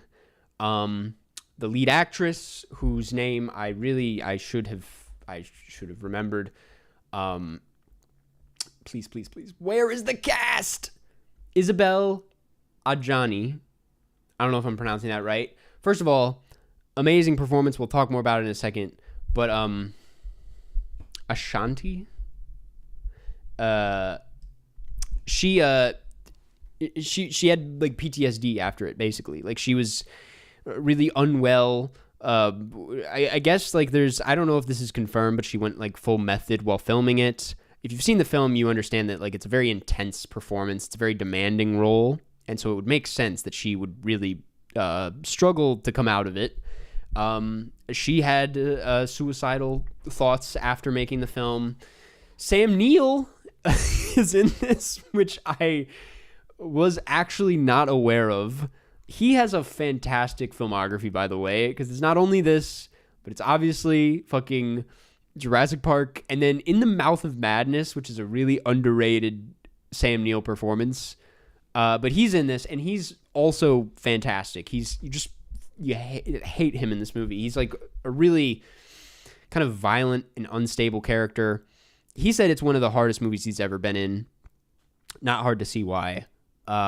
He said he really struggled with it. But yeah, I would imagine all of these factors would make this. It's one of those movies, kind of like The Exorcist, where it feels like it exists beyond just the movie. Like there's or like Stalker, where maybe like, people didn't get like sick while making it, obviously, like Stalker, but like there's an aura surrounding it that is just as like haunting as the movie itself. Like the actual process of making it feels as tormented as the actual characters in the movie. So yeah, just a really fascinating backstory. And then for all of that to happen, and then for it to get to the release and they cut like a third of it is just crazy to me. It did premiere at Cannes, by the way, which tracks. Okay, yeah, like I said, to get to the meat of this and how I felt, I had a very difficult time watching this. At first, I thought it felt like a lot of different movies to me. I saw a lot of, I would imagine this inspired Gaspar Noé quite a bit. Like there were a lot of framing choices that reminded me of Gaspar Noé, who is also inspired by Kubrick, and this feels like it was loosely inspired by Stanley Kubrick, to be honest. So there was a lot of that going on. I saw a lot of Repulsion, Roman Polanski's Repulsion in this, which, funny enough, I read later on like a bad review for it, compared it to a lesser version of Repulsion in the New York Times at the time of release, with just like how heady and psychological it was. And I really saw a lot of like Isabel's and Johnny's performance through Catherine Deneuve in Repulsion. Like they feel like very similar, like disturbed performances, which I thought was cool. And then like I said, very Rosemary's Baby as well. Yes. I also saw a little bit of Suspiria and like other Italian giallos. I don't know if it was just the like synthy score that comes in and out, or if it's like some of the kills and like the more horror-y elements of it. But it was a real weird blend of different styles and subgenres, and it's like it is the poster child for psychological horror because of that. Like it incorporates so many different elements from so many different corners of psychological horror that it becomes probably one of, at least to a lot of people, the greatest psychological horror movie ever made. That said, I'll get my issues out of the way now. There's very few of them, but I think part of what made it so difficult was I liked how the person said it earlier. It did feel very rickety and a little chopped together. Like, I didn't think it flowed as well as I would have liked it to. Like, it feels like a kind of stumbly descent into madness compared to how I like my movies that do that, which feel a little bit more on the flowy, heady side of things. I don't know. I just think the edit was a little weird. Like, there's a lot of scenes here where the music's building and the violence is building and there's all these screaming, and then it like abruptly cuts and starts into the next scene, and it feels like you just have a full reset. And personally, I know that's like a nitpicky critique, but like, that's like my one complaint here is that like I snap out of it often, especially near the end, which is like just one banger after another. But once one ends and the other begins, it just feels like you're completely snapped out of what you were going through. I just wish they played the score into scenes more often, but maybe that has something to do with the weird cut and release of the movie. I need water. This movie probably requires a rewatch. This is true as well. I obviously didn't have time to rewatch it before this. I kind of wish I knew that before going into it, though, because maybe this would have been crazy, but like maybe I would have seen it like early last week and then rewatched it before hopping on here. That's a lot of possession for 1 week. But like, I don't know when I can hop back into this again, just because it's the kind of movie, like, not to bring up Gaspar Noé again, but it reminds me of like his what's it called, man? Vortex, where it's just so in the head of these characters, and there doesn't seem like there's an end in sight, and it's very suffocating, and it's a hard one to jump back into, you know? But there's a lot of like, you're kind of trying to piece together what's happening throughout this, and you don't really get a solid grasp on it until the end. And I decided we are going to spoil, by the way, because this is a film club, and someone made a good point of that last stream. It's like, yeah, if you haven't seen the movie, just, I don't know why you're even listening, but there's all these like doppelgangers, and I will admit I was like a little confused as to why that was happening or what was going on there. And then where it ends up in the end really kind of tied things together to me. And it felt like a rebirth in a way. The whole film in general kind of feels like a rebirth. And like it doing that through the lens of like a divorce, like finding a new version of yourself, or like cutting out a side of yourself from a destructive relationship, was really, I mean, it tells it in a really ugly and horrifying way, but I was like, that's really beautiful. I mean, that's a really like a true feeling, I feel. I mean, obviously I haven't been through a divorce or anything, but I was like, I really love that about it. It feels like there are, it's scary to think that there is like another you in a relationship. And the idea that when you're divorced from that, like you're kind of like killing a side of you or giving birth to a new you. I think that's really cool. I didn't really get all the doppelganger stuff at all. I feel like the filmmaker left a lot of loose ends for the viewer to tie up on their own. That's fair, but like I kind of like that. It's not a film where the idea of this kind of I'm clogging the toilet. Thank you for the update, brother. It's a movie where like if it had spelled any of that out for me, I would have been really disappointed by it. I mean, it's like it's not a film that exists on a normal wavelength. Like I like the open-endedness of it. Yeah, I mean, in hindsight, it does feel like it covers everything it needs. Like I feel like I walk away with everything I needed. I think without the ending, I would have been a bit lost. I think the ending feels very conclusive and like there are these two doppelgangers now, and that's the end of the movie. Yes. Okay, so that's the thing is like something I am admittedly very foggy on and cannot touch on is like a lot of the like Cold War stuff and like a lot of the political like unrest at the heart of this. There's a lot going on there, obviously, that I do think adds an interesting layer to this. And to see that, I've read some things that like it is pairing what's going on in the world and with Germany with the divorce, like almost in like a metaphorical way. And I find that like really cool. Not something that I was entirely focused on the first watch though. I was mostly into the divorce. You know me. Like that stuff was done really well. And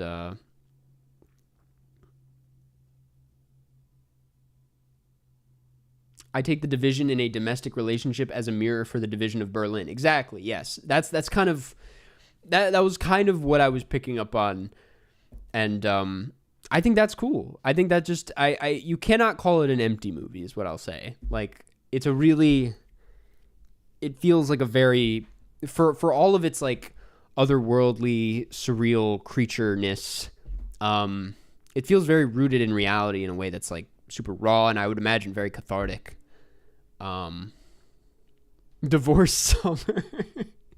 Dude, it's so funny that like it was like I was also pitching Kramer versus Kramer. I had no idea divorce was such a big part of this movie. We were really going divorce or divorce. Is that what Kramer versus Kramer about a divorce, right? They're not getting together.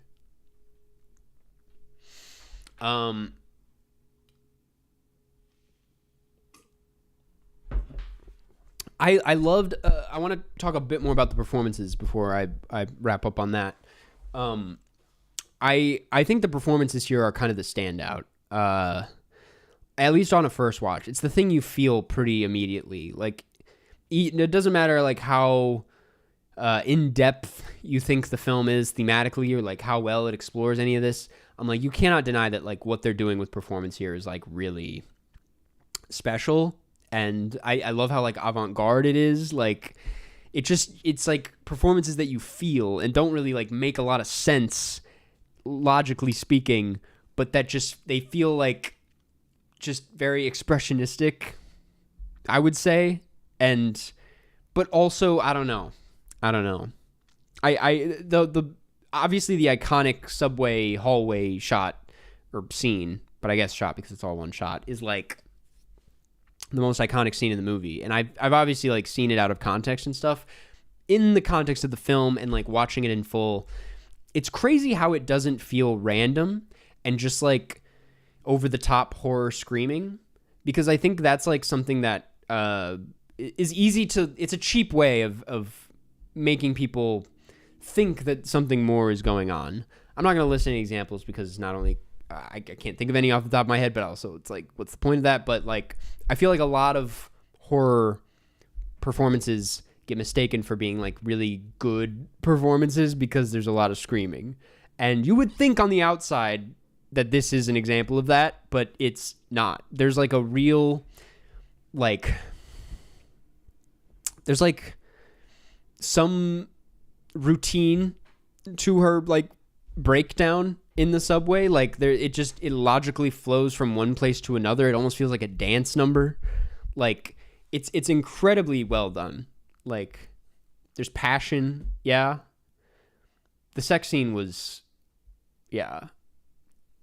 We're talking with the octopus, right? Like, because that was insane. It's a very physical movie. Like you really feel a lot of what's going on. It's very visceral and wet and slimy and cold. And oh my God, everything with like the meat is just, oh Jesus.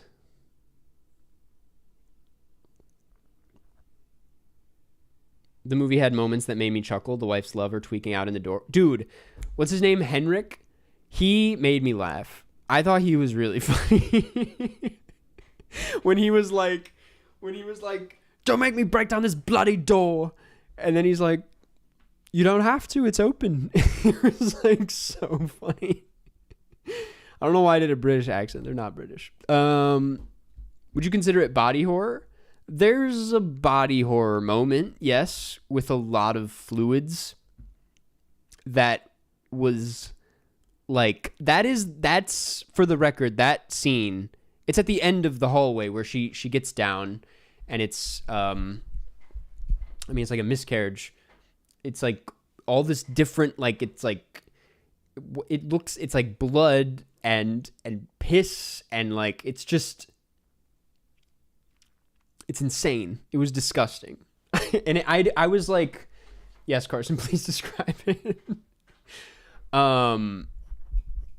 I was honestly just trying to figure out how they like pulled that off in the moment. Like, I think I was doing that just to like distract myself from how gross it was, but I was like, where's the fluid coming from? Like, and like, how is it coming out of her hair at one point? Like, yeah, I that stuff was incredible. Yeah, dude, I don't know. It has like everything you could want out of a movie like this, in my opinion. It has amazing, like, gross body horror stuff. It has amazing creature designs. It's like disturbing and really scary, but not in like a cheap jump scary way, obviously. It's really personal and raw. Like it's like a really great, I mean, I'll say it, like one of my favorite movies about divorce for sure. One of the most unique movies about that. It's beautifully shot. I mean, it's kind of everything you would want out of a psychological horror film like this. And it's funny. It's got like a sense of humor. And it's one that this is, I say this less than 24 hours after watching it. It's one that is just not going to leave my mind anytime soon. Like I'm still trying to figure it out. Which is funny because it's like, it's not a film you're ever going to really like figure out, but I'm just going to keep thinking about it. It kind of lodged itself in my brain. And I find that really fascinating. I'm like, these are the kinds of movies that really excite me and that just grow with time. So yeah, I had a really good time with Possession. It's not the movie I thought it was going to be. I really expected, I think deep down I did expect something like Repulsion, but ended up getting something a lot weirder and grosser and very violent. I was surprised how early on she starts screaming. I thought that shit was going to come way later. Like I thought we were going to build into that, but they start fighting like off the bat. And that's when I realized, I was like, oh, this is going to be a long movie. This is going to be a really interesting watch, isn't it? Yeah. I think that's what I have to say for now. There are a lot of screaming. I would recommend watching this alone. If you live with people, I would give them a heads up that you're watching this before putting it on in the living room, or I'd watch it with headphones. Or Or no headphones on the airplane. Why not? Yeah, watch it with your mom. Watch it with your ex-husband. Or, I don't know. I watched it on Shudder. It's part of the... You can watch it on Shudder on Amazon Prime, like with the Shudder extension. That's what I used. Yeah. And I would love to... Yes, I would imagine seeing it in a theater would be amazing. Can we talk about Dougal instead of this boring slop? Exactly. Yeah, that's Possession. I gave it a 4.5 out of 5, but I'm kind of like, with time, I can see it bumping up a bit more, just because it's that kind of movie that demands a rewatch and further thought. Yeah, man, good movie. Thank you for the rec. Instead of waiting until the end, let's figure out next week's movie. Let's figure it out. I'm open to suggestions. I'm going to re-suggest Kramer versus Kramer. 2 divorce movies in a row is kind of crazy. I want to reassure you guys, I'm not going through a divorce, and there's no divorce in my life. For some reason, it's the vibe this summer. There's divorce in the air. I don't know why. But yes, Kramer versus Kramer will be one of them. I'm also probably going to re-suggest Rush, because that would be a nice one as well. I will remind you, I go with movies that I have not seen before. Okay, you know what? Because people keep suggesting it, we'll do Perks of Being a Wallflower. That's another one. Okay. The poll will happen in YouTube, because that's more convenient than the Discord.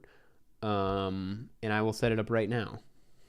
Next week's movie. Again, I suggest the top 4, and then you guys pick the winner. We're going to do Kramer versus Kramer. We are going to do Rush. We are going to do Perks of Being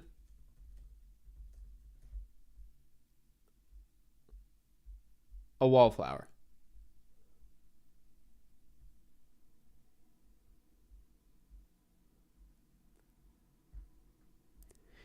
And we are going to do...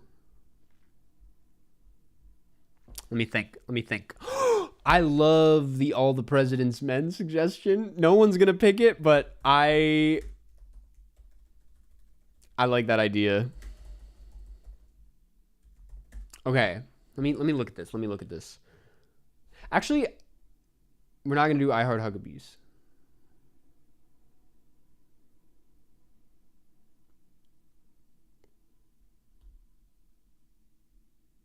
Yeah, please do not spam.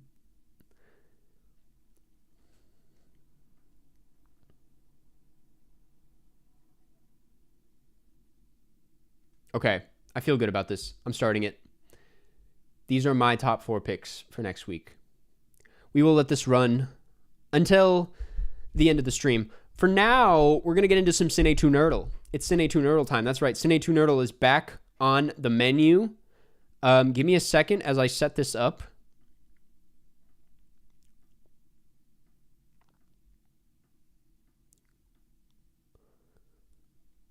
Okay.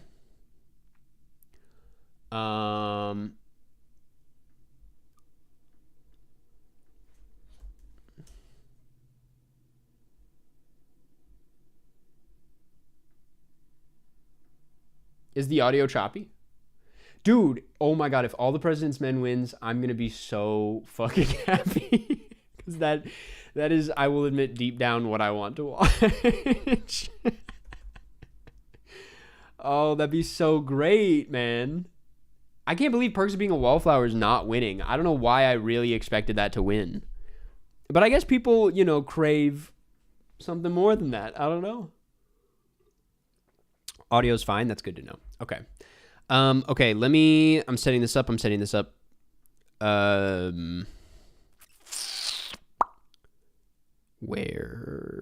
the fuck is it? CineNerdle app?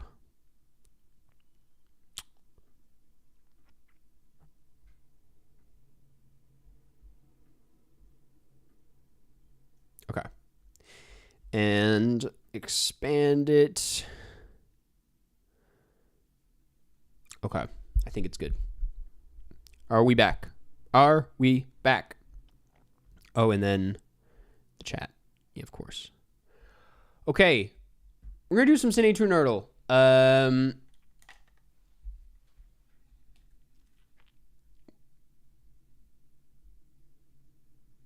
The people crave Watergate scandal summer. Dude, this is awesome, man. We're going to do all the President's Men. That's sick. That's sick. I should just end the poll right now, but I told myself I would do it until the end of the stream. Okay. CineNerdle. What should we start with? Should we start with a puzzle? No, let's go right into battle. If you guys didn't know, CineNerdle, it's a game where... Let's check our battle kit real quick. You have to basically stay alive by naming movies that are connected to other movies. It's kind of hard. We're not doing Tilda Swinton because that ended horribly last time. It's a fun game that tests your knowledge of film and actors, and I don't know how... There is a route to possession, actually, if we do Sam Neill.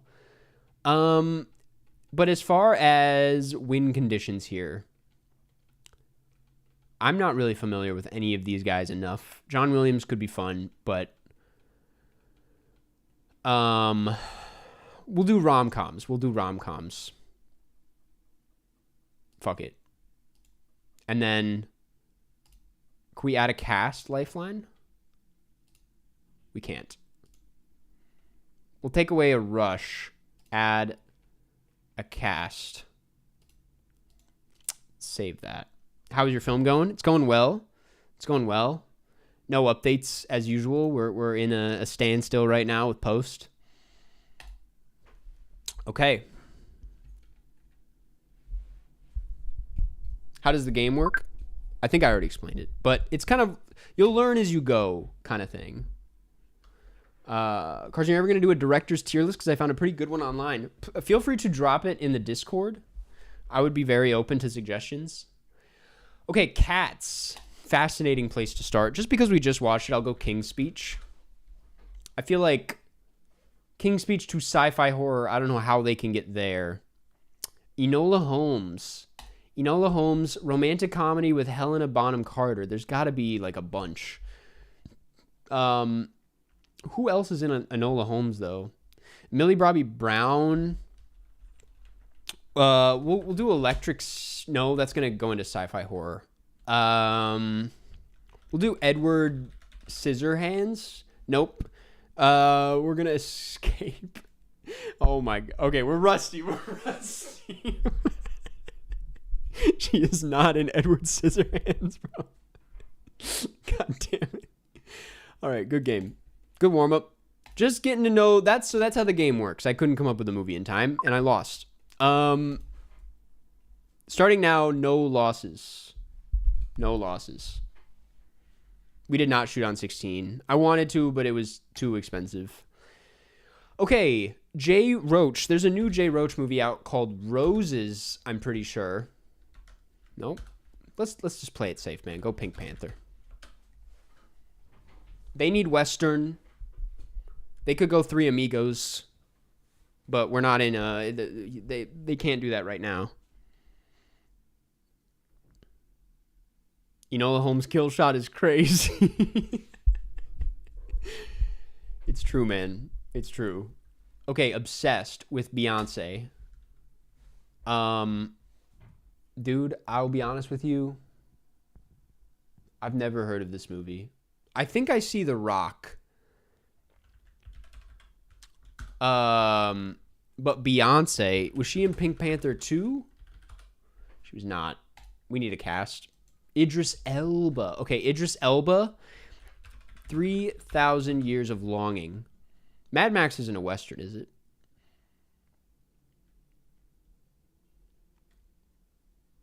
The Dark Tower. Idris Elba. Get me out of here. Molly's Game. They're going to kill shot me with some Idris Elba movie. She's in the third Austin Powers. Okay, Heads of State. Who is this? Who is this? That kind of looks like Liam Neeson.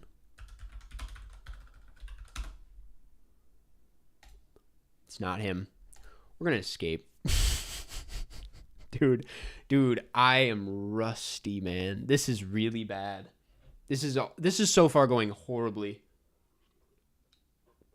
I haven't played in like weeks, months even.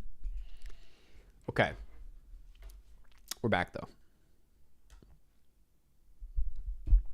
I've never seen Perks, no. It's John Cena.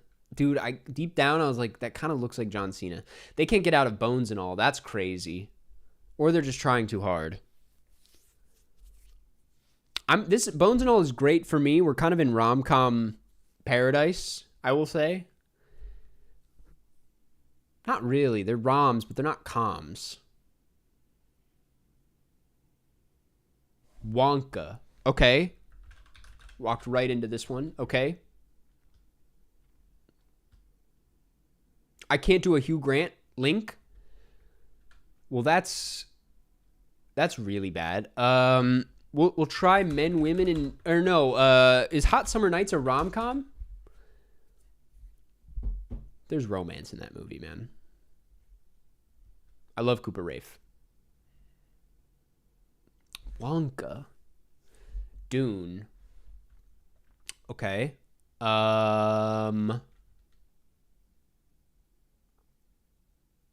Is there any rom-com out of Dune? There has to be. There has to be. It's not a rom-com at all. It's not a rom-com at all, man. Adam Sandler is also banned in rom-com win now? Dude, what am I doing with the rom-com win condition? I clearly don't know ball at all. This is I don't watch rom-coms. I don't think Rainy Day is rom-com. Okay. Nicole Kidman rom-com. Or Harris Dickinson, or Bodies, Bodies, Bodies would not be a rom-com. But I like that direction way more than Western. Or, than either of those others. It's not going to get to Western. Who else is in Baby Girl? Antonio Banderas. Oh, fuck. Oh, my God, dude. Okay, we got the escape there, though. Okay, Dungeons and Dragons, Honor Among Thieves. Get the fuck out of here. We're going to hit you with the adults. And now we're in Michael's territory. It's over. It's over. This is the end. Okay. Funny people. What? That's the one that's not a rom-com. Dude. Oh my God. I can't do rom-coms, man. Okay. A Will Ferrell rom-com.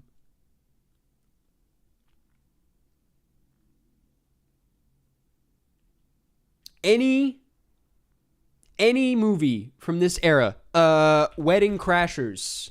Thank you. Jesus Christ. Oh my God, man. Dude, what was I thinking? I don't know rom-coms. Oh, man. You're cordially invited. Will Ferrell, third strike opportunity here. Eurovision's not really. But that is a rom-com, right? Oh, fuck you. Aren't they, like, married? Or are they brother and sister? Gravity. Sandra Bullock. Oh, fuck you. We're not playing for rom-coms anymore. We're just going full on. Leave them stranded. Where do you sit in the theater? Aisle seat every single time. Aisle seat's so good. You can stretch out your legs. If you got to pee, you got to go.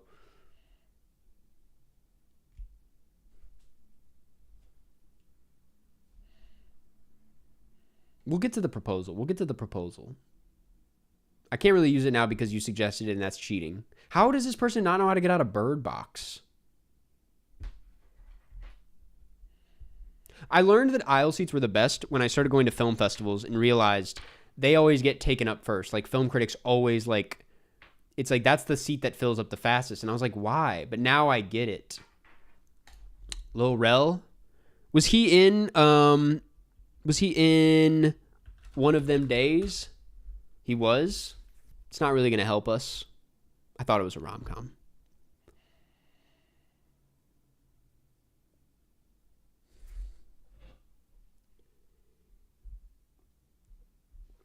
I should have looked at the rest of the cast of this. Who is this? Is that Ed Helms?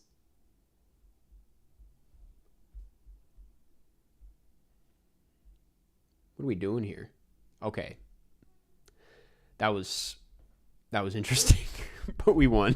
We won. Dude, the One of Them Days kill shot.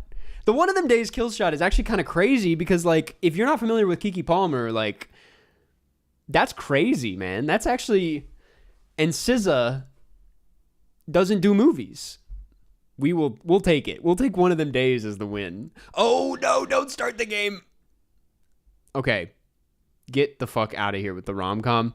Let's maybe do... I'm not great with fantasy either.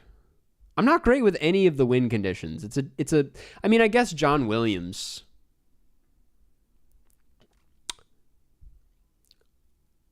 Again, I'll get rid of a Rush. Add John Williams? I'll try John Williams. That's just Spielberg movies, basically. I know, the Nope is like the Bee movie. Not the Bee movie, but like Akilah the Bee, I think it's called. Oh yeah, if you guys aren't joining the Discord yet, you should join the Discord. It's a good time over there. See, I don't know Harry Potter, though. Out of pure disrespect. Moulin Rouge. Nicole Kidman, Ewan McGregor. I mean, fuck it, dude. Fuck it. Is this the same guy, by the way? I can't tell.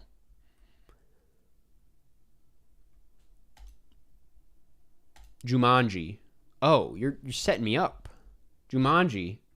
Is that not a fucking John Williams score? Why does that feel... Well, why? I'm not going to go again. Okay, Robin Williams. Because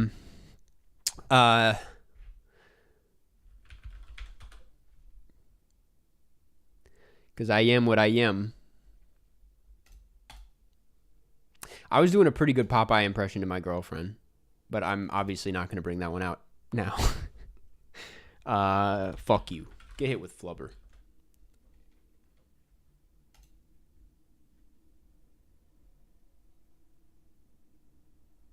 Hook! Oh, shit. Hook. What? They saw me cheating. Well, I blew the hook thing. And I don't even know who's in this. Fuck it. Broadcast news? I guess. I guess that works. Do Hook, damn it. Ah, man. It's all good. I was more concerned if you guys wanted to hear my Popeye accent. Accent. Impression. Okay, The Shining. Is Shelley Duvall in Hook? No, but Tony Burton is. All right.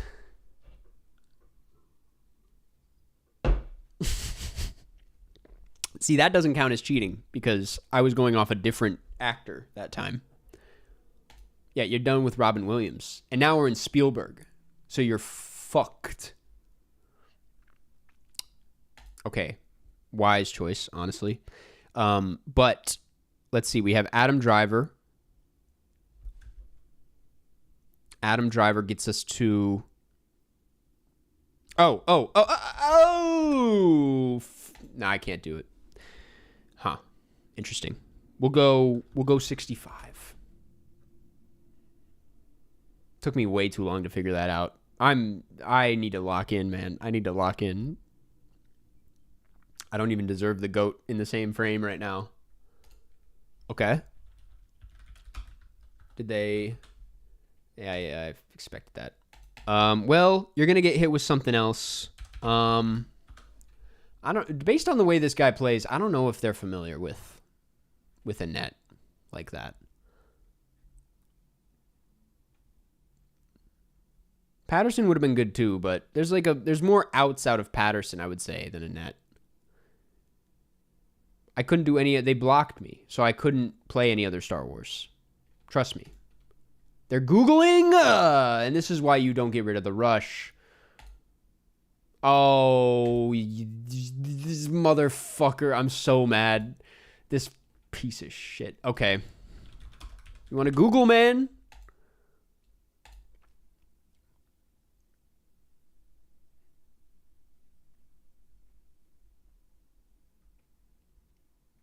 Yeah, get fucked. Get the fuck out of here. Reservoir Dogs. Steve Buscemi's got to be in a John Williams movie.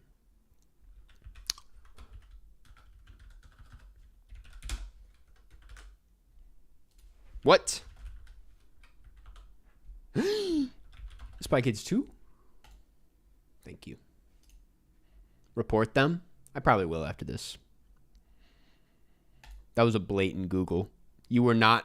Dude, you're Googling on Spy Kids 2? Do you not know who Steve Buscemi is? Okay, thank you. Thank you. Cheating. Watch. They're not going to read this. Blatant cheating. I have how many? 137 witnesses. Why won't it? Come on. Whatever, bro. I guess I don't want to get... They were cheating, though. I had 137 witnesses.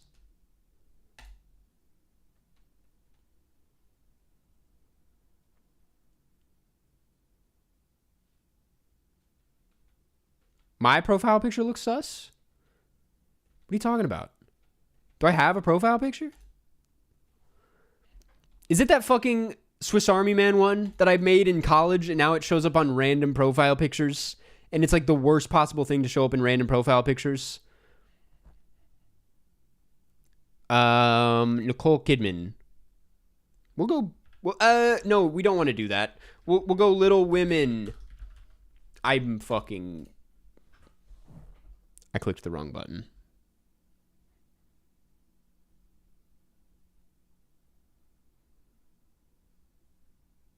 I banned Avengers Endgame because it's an easy out for a lot of people.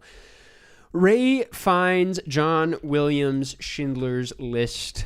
Good night. Harry Potter. Fuck you. Okay.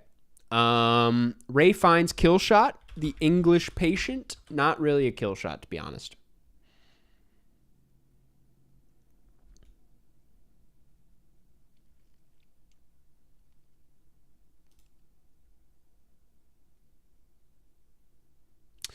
What a Girl Wants. Colin Firth. Colin Firth. We'll do the King's Speech.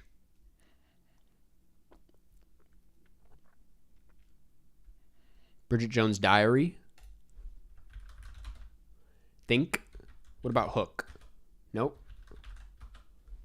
Hook's my new go-to.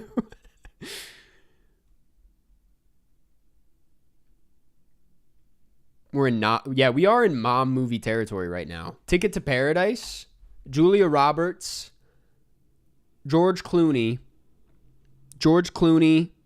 Michael Clayton. I don't know what the fuck I'm doing here. The Descendants. They definitely know Out of Sight. Is there a better George Clooney Third Strike? Oh!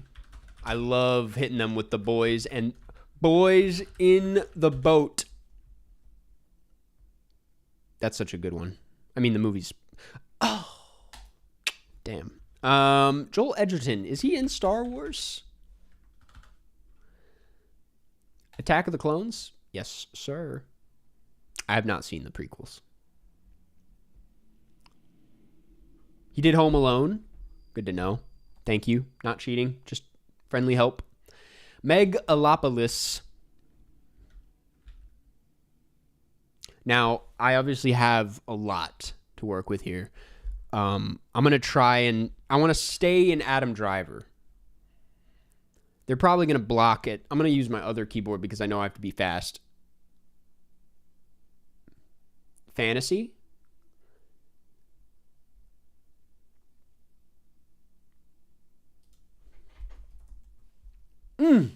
They blocked me quick. Okay, we'll do Annette. We'll go down this path again. Feels like this person, yeah. Oh. Marianne Cotillard. I know who that is. Of course I know who that is. She was in probably... I don't know why I thought that would help.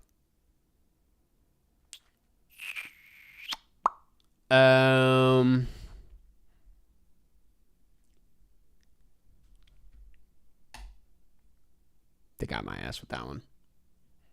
They got my ass with that one. I'm not that familiar. I always got her mixed up with Lea Seydoux. Okay, red, white, and royal blue. Uma Thurman. House that Jack built. Shitter Island. It's not the first time someone's accidentally said Shitter Island in chat, I will say. The Old Guard 2. Well, obviously, Old Guard 1.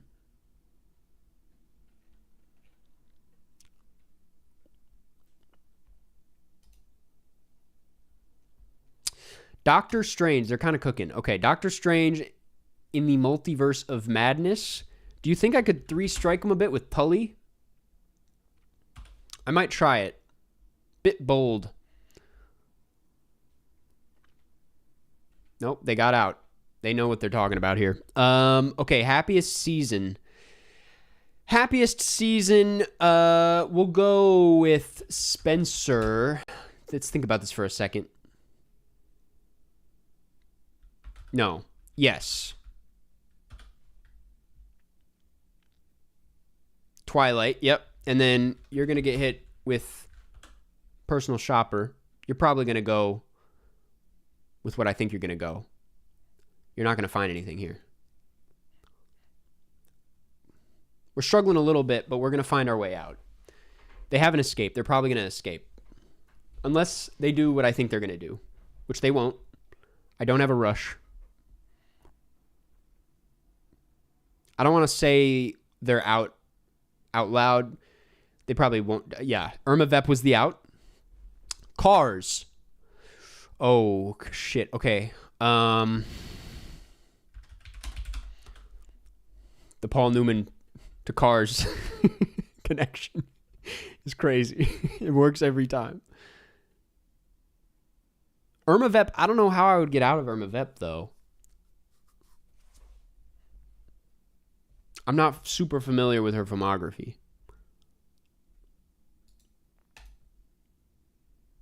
Cars 2? Oh, fuck you. Okay. John Turturro.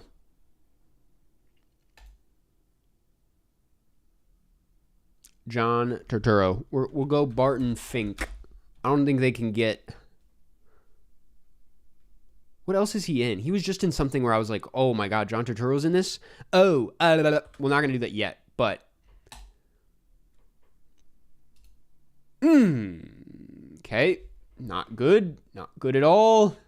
You hate to see this. He's not in this, right? Nope. No one's in the Jesus roles. Who else is in the Jesus roles? Moneyball, though. That's a good movie. Super Bad. Jonah Hill, Michael Cera, Emma Stone. I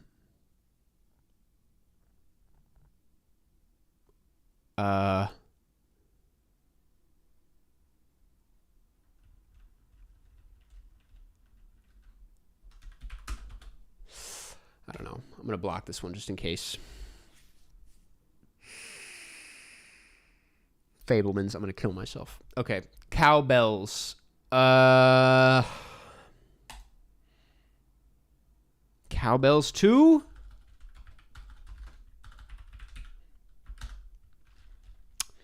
Come on. There has to be. 43.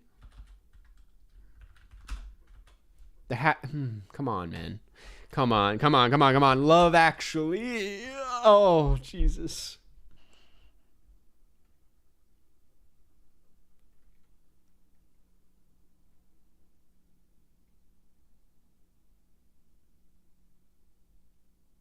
Damn.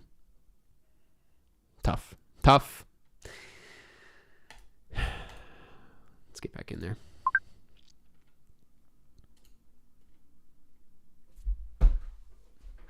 All because you didn't play the Fablemans. It's true, man. It's true. Okay, we're back in Austin Powers. Beyonce. I don't want to go down the Beyonce thing again. Gwyneth Paltrow, I'll say they need Paul Rudd. I'll do Love and Shakespeare. What's it called? Love Shakespeare. Fuck it. What's that movie called? Shakespeare in Love? Okay. Cameron Diaz, Mike Myers, stacked cast. Antonio Banderas, we go Pain and Glory. You're not going to find Paul Rudd in Pain and Glory, I'll tell you that much. Shakespeare in Love. Antonio Banderas. Tie Me Up, Tie Me Down. Kind of wanted to save that one for the third strike, but I couldn't use it. Parallel Mothers. Volver. We're playing a nasty game here, brother. And I'm the one that's going to get fucked. I just know it. Oh, man. There we go. Couldn't name another Almodovar. Could have named a handful. Avengers Age of Ultron. We're going to go they need Paul Rudd. I'm going to go, honestly, I might go with the Robert Downey Jr. route. I don't know why. Felt a lot safer. Avengers Infinity War. Everyone's in this game, bro. Didn't mean to say that. Everyone is in this movie. Fuck it. It worked. It worked. I knew it would work. Oh, that's funny, man. That's funny. Yeah, I don't know actually why Paul Rudd didn't work. Wait, why didn't that work? That's surprising. Also, I banned... Oh, it's Endgame, not Infinity War. I don't know why Paul Rudd didn't work. I thought he was in that. War of the Worlds. John Williams. Steven Spielberg.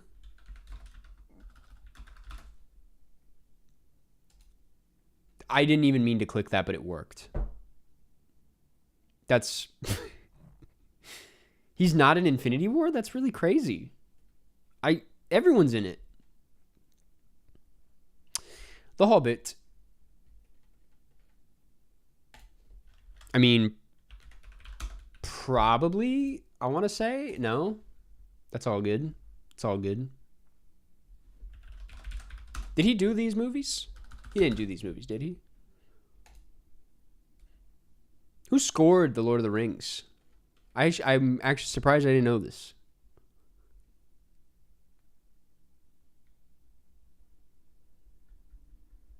He's in the quantum reel the whole time.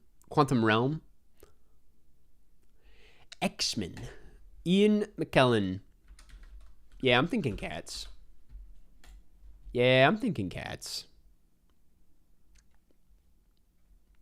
Howard Shore. That would make sense.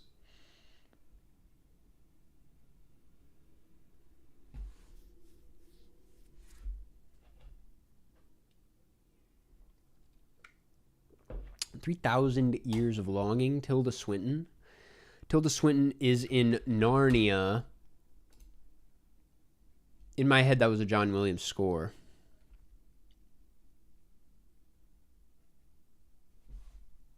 Okay, guys. I need All the President's Men fans to really come out right now. Stay in line. Kramer versus Kramer is sneaking up. The Killer. the killer. Tilda Swinton, Third Strike. Oh, you're not even ready. You're not even ready. You're gonna skip on this, and then you're just gonna get more fucked. I hope you know that. You're not gonna have a good time with this. Good game, but good. Oh, you're gonna skip on that too. You're gonna skip on that. That's fine. That's fine. Do it. Kind of got my ass with that one. But that's okay. We got Trap. I forgot the other A Peach At Pong movie. I should have played Boon Me.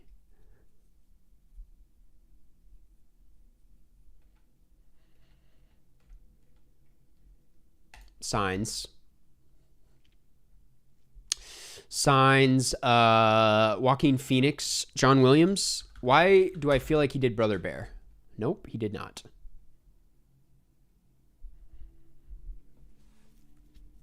Hey man, obviously, I'm actually fine with Kramer versus Kramer. Gladiator, Joaquin Phoenix, Third Strike. I'm still here.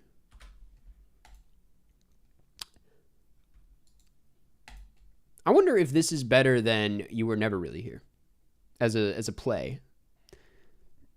Because, like, I guess You Were Never Really Here is also pretty tough to get out of. Papa Was Not a Rolling Stone. What are we doing? I think this is kind of a walk in the park. How many skips does this person have, man? Okay, Casey Affleck, John Williams. Casey Affleck, Good Will Hunting. Bit of a risk here. I feel like there's a lot of Paul Rudd routes.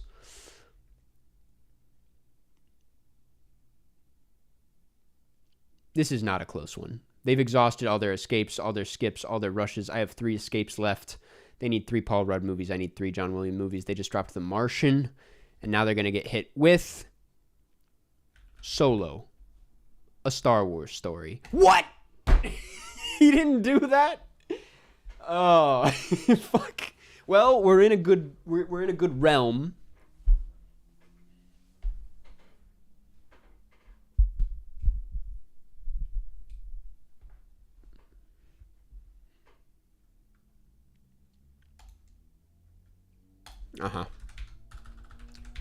Good night. Oh.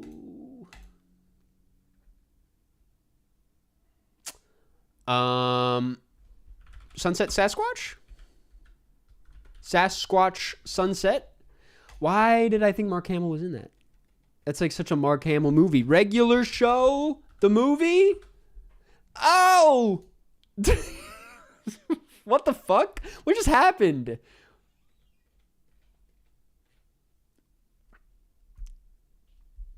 Why can't he do every Star Wars production? Some Spike Jonze? Carter Burwell? Well, we're obviously not going to get to John Williams with any Carter Burwell, but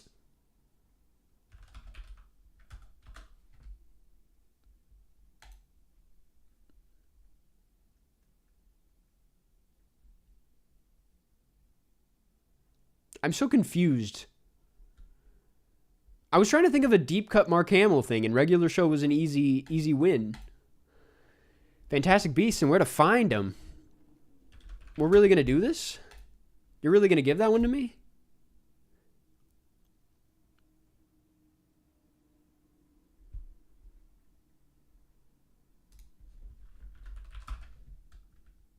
Harry Potter? Chamber of Secrets? Yep. Figured. Who else is in this? Dog, what the fuck?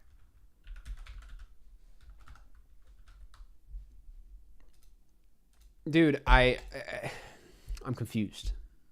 I don't know what's going on. The Sixth Sense. M. Night Shyamalan, Third Strike. Welcome to the... No. He didn't do The Beach. He did Old. But do I want to play Old? No. I want to play The Village. I think. Ooh, Avatar the Airbender would have been good. It's literally tied between Kramer versus Kramer and All the President's Men.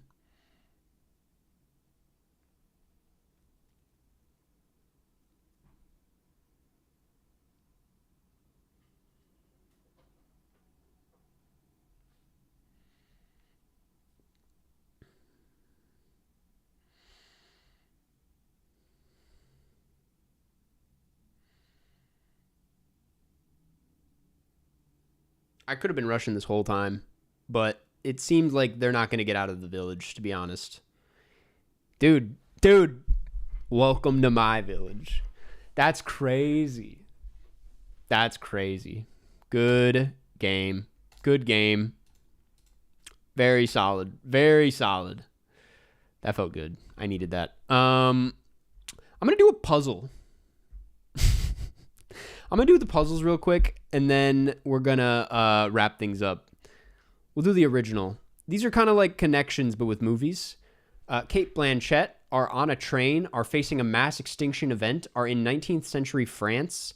Jennifer Lawrence, Vivica A. Fox, Anne Hathaway, Samantha Barks, Jada Pinkett Smith, Amanda Seyfried, Zazie Beetz are attempting a heist. Sandra Bullock, Joey King, Queen Latifah, Ariana Grande. So Sandra Bullock are attempting a heist. I'm pretty Zazie Beetz, right? No, are on a train. Zazie Beetz, Joey King, and are attempting a heist. Bullet Train. No, they're not attempting a heist in Bullet Train. Who else is in? Kate Blanchett, Jennifer Lawrence, Jada Pinkett Smith, Amanda Seyfried. No, Queen Latifah. No, Ariana Grande, Vivica A. Fox. Maybe Sandra Bullock. Not in Bullet Train. Is she in Bullet Train? She is in the end.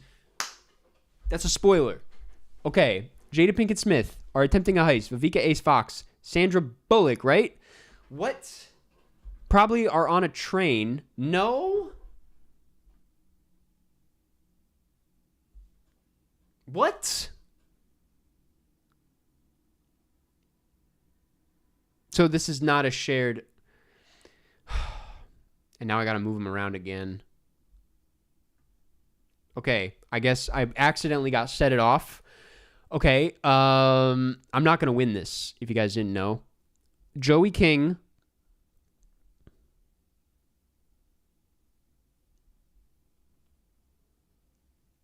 are attempting a heist. Because one of these, I think, is Ocean's 8.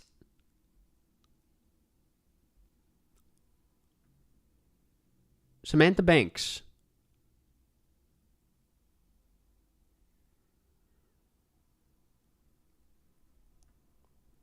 Yeah. Yeah, okay, we're getting there. Kate Blanchett, Sandra Bullock are attempting a heist. And is Ariana Grande in that movie? No. Is Jennifer Lawrence? Anne Hathaway's not in that, right? Is Jennifer Lawrence? No. Anne Hathaway? It is Anne Hathaway. I didn't know she was in that. Okay, and then I just need to switch these two. We did it. We actually somehow fucking did it. That's crazy. It was Bullet Train, Les Miserables, Don't Look Up. I didn't even see that. In Ocean's 8. That's so funny. We got it done. Let's do the reversal.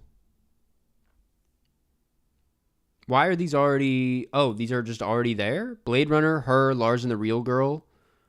In Love with a Robot.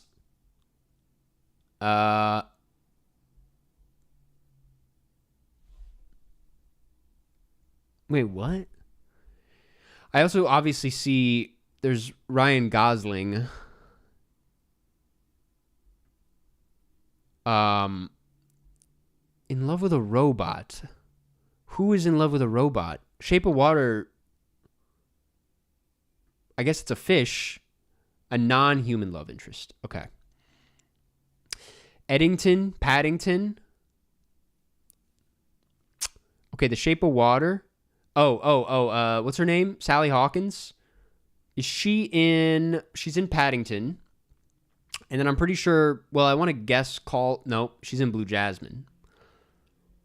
Gladiator, Joaquin Phoenix, Eddington, and Signs. That was easy as fuck. It was a walk in the park. KJ, thank you for the super chat. $2. Are you at all familiar with the band Queen? No, I'm not. I can't even pronounce that. I'm not. But I appreciate the super chat. Okay. Guys, I think we're going to wrap things up. We're going to do the weekly boxed here. Michael, if you wouldn't mind Could you help out with that again? Oh, there's the pod outline. Let me go back to my face. Let me open the Discord. Moderator only. Where does this happen again? Oh, Letterboxd roast.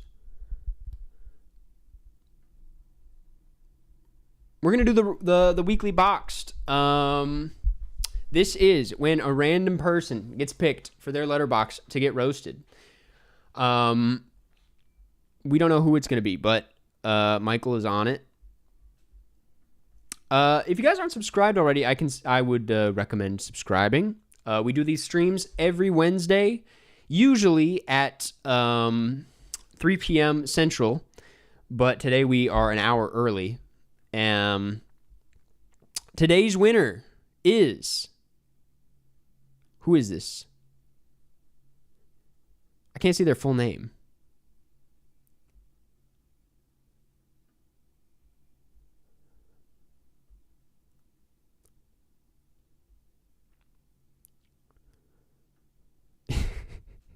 I can't see their full name.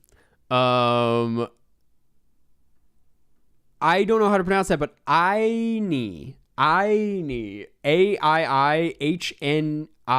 I'm going to say Annie. Annie. I'm not going to say Annie. But that is the weekly boxed for today. Let's look them up. Give me a second.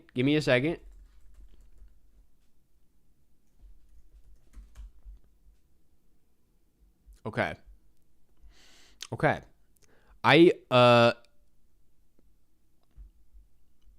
So this is the weekly boxed. Ain Hoa. I don't recognize what your profile picture's from.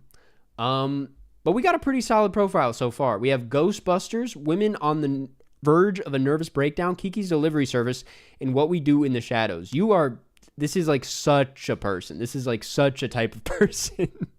This is like I know so many people who have like the exact... I don't know why people who love Women on the Verge of a Nervous Breakdown also love Kiki's Delivery Service. And then What We Do in the Shadows is a no-brainer. Ghostbusters is the one kind of wild card here.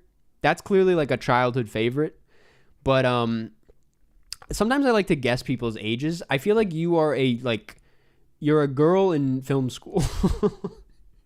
You're like freshman year film student, like maybe like 20 years old, I want to say. Maybe. You clearly, oh my God. Well, this breaks my heart. We got 5 stars for Superman, but 3 stars for the Simpsons movie. I couldn't disagree more, but that's fine. I do love the bar graph here. We love every movie on this profile. Just mostly 5s and 4s. What are in the 1-star ratings, or the half-star, I should say?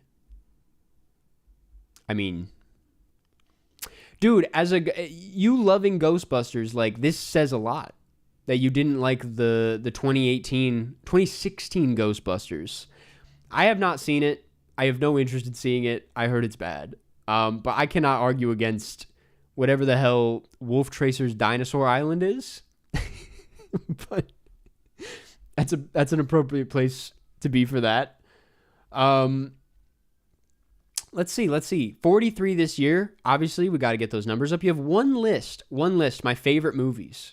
Bit more comprehensive.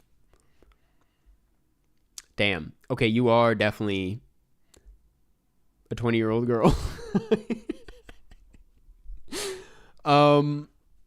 I bet you have, well, I don't want to make assumptions. I was going to say, I bet you have some anime poster of some kind in your room. I don't know what it would be. There's not an overwhelming amount of anime here, but there's enough where I'm like, you definitely have a poster in the room.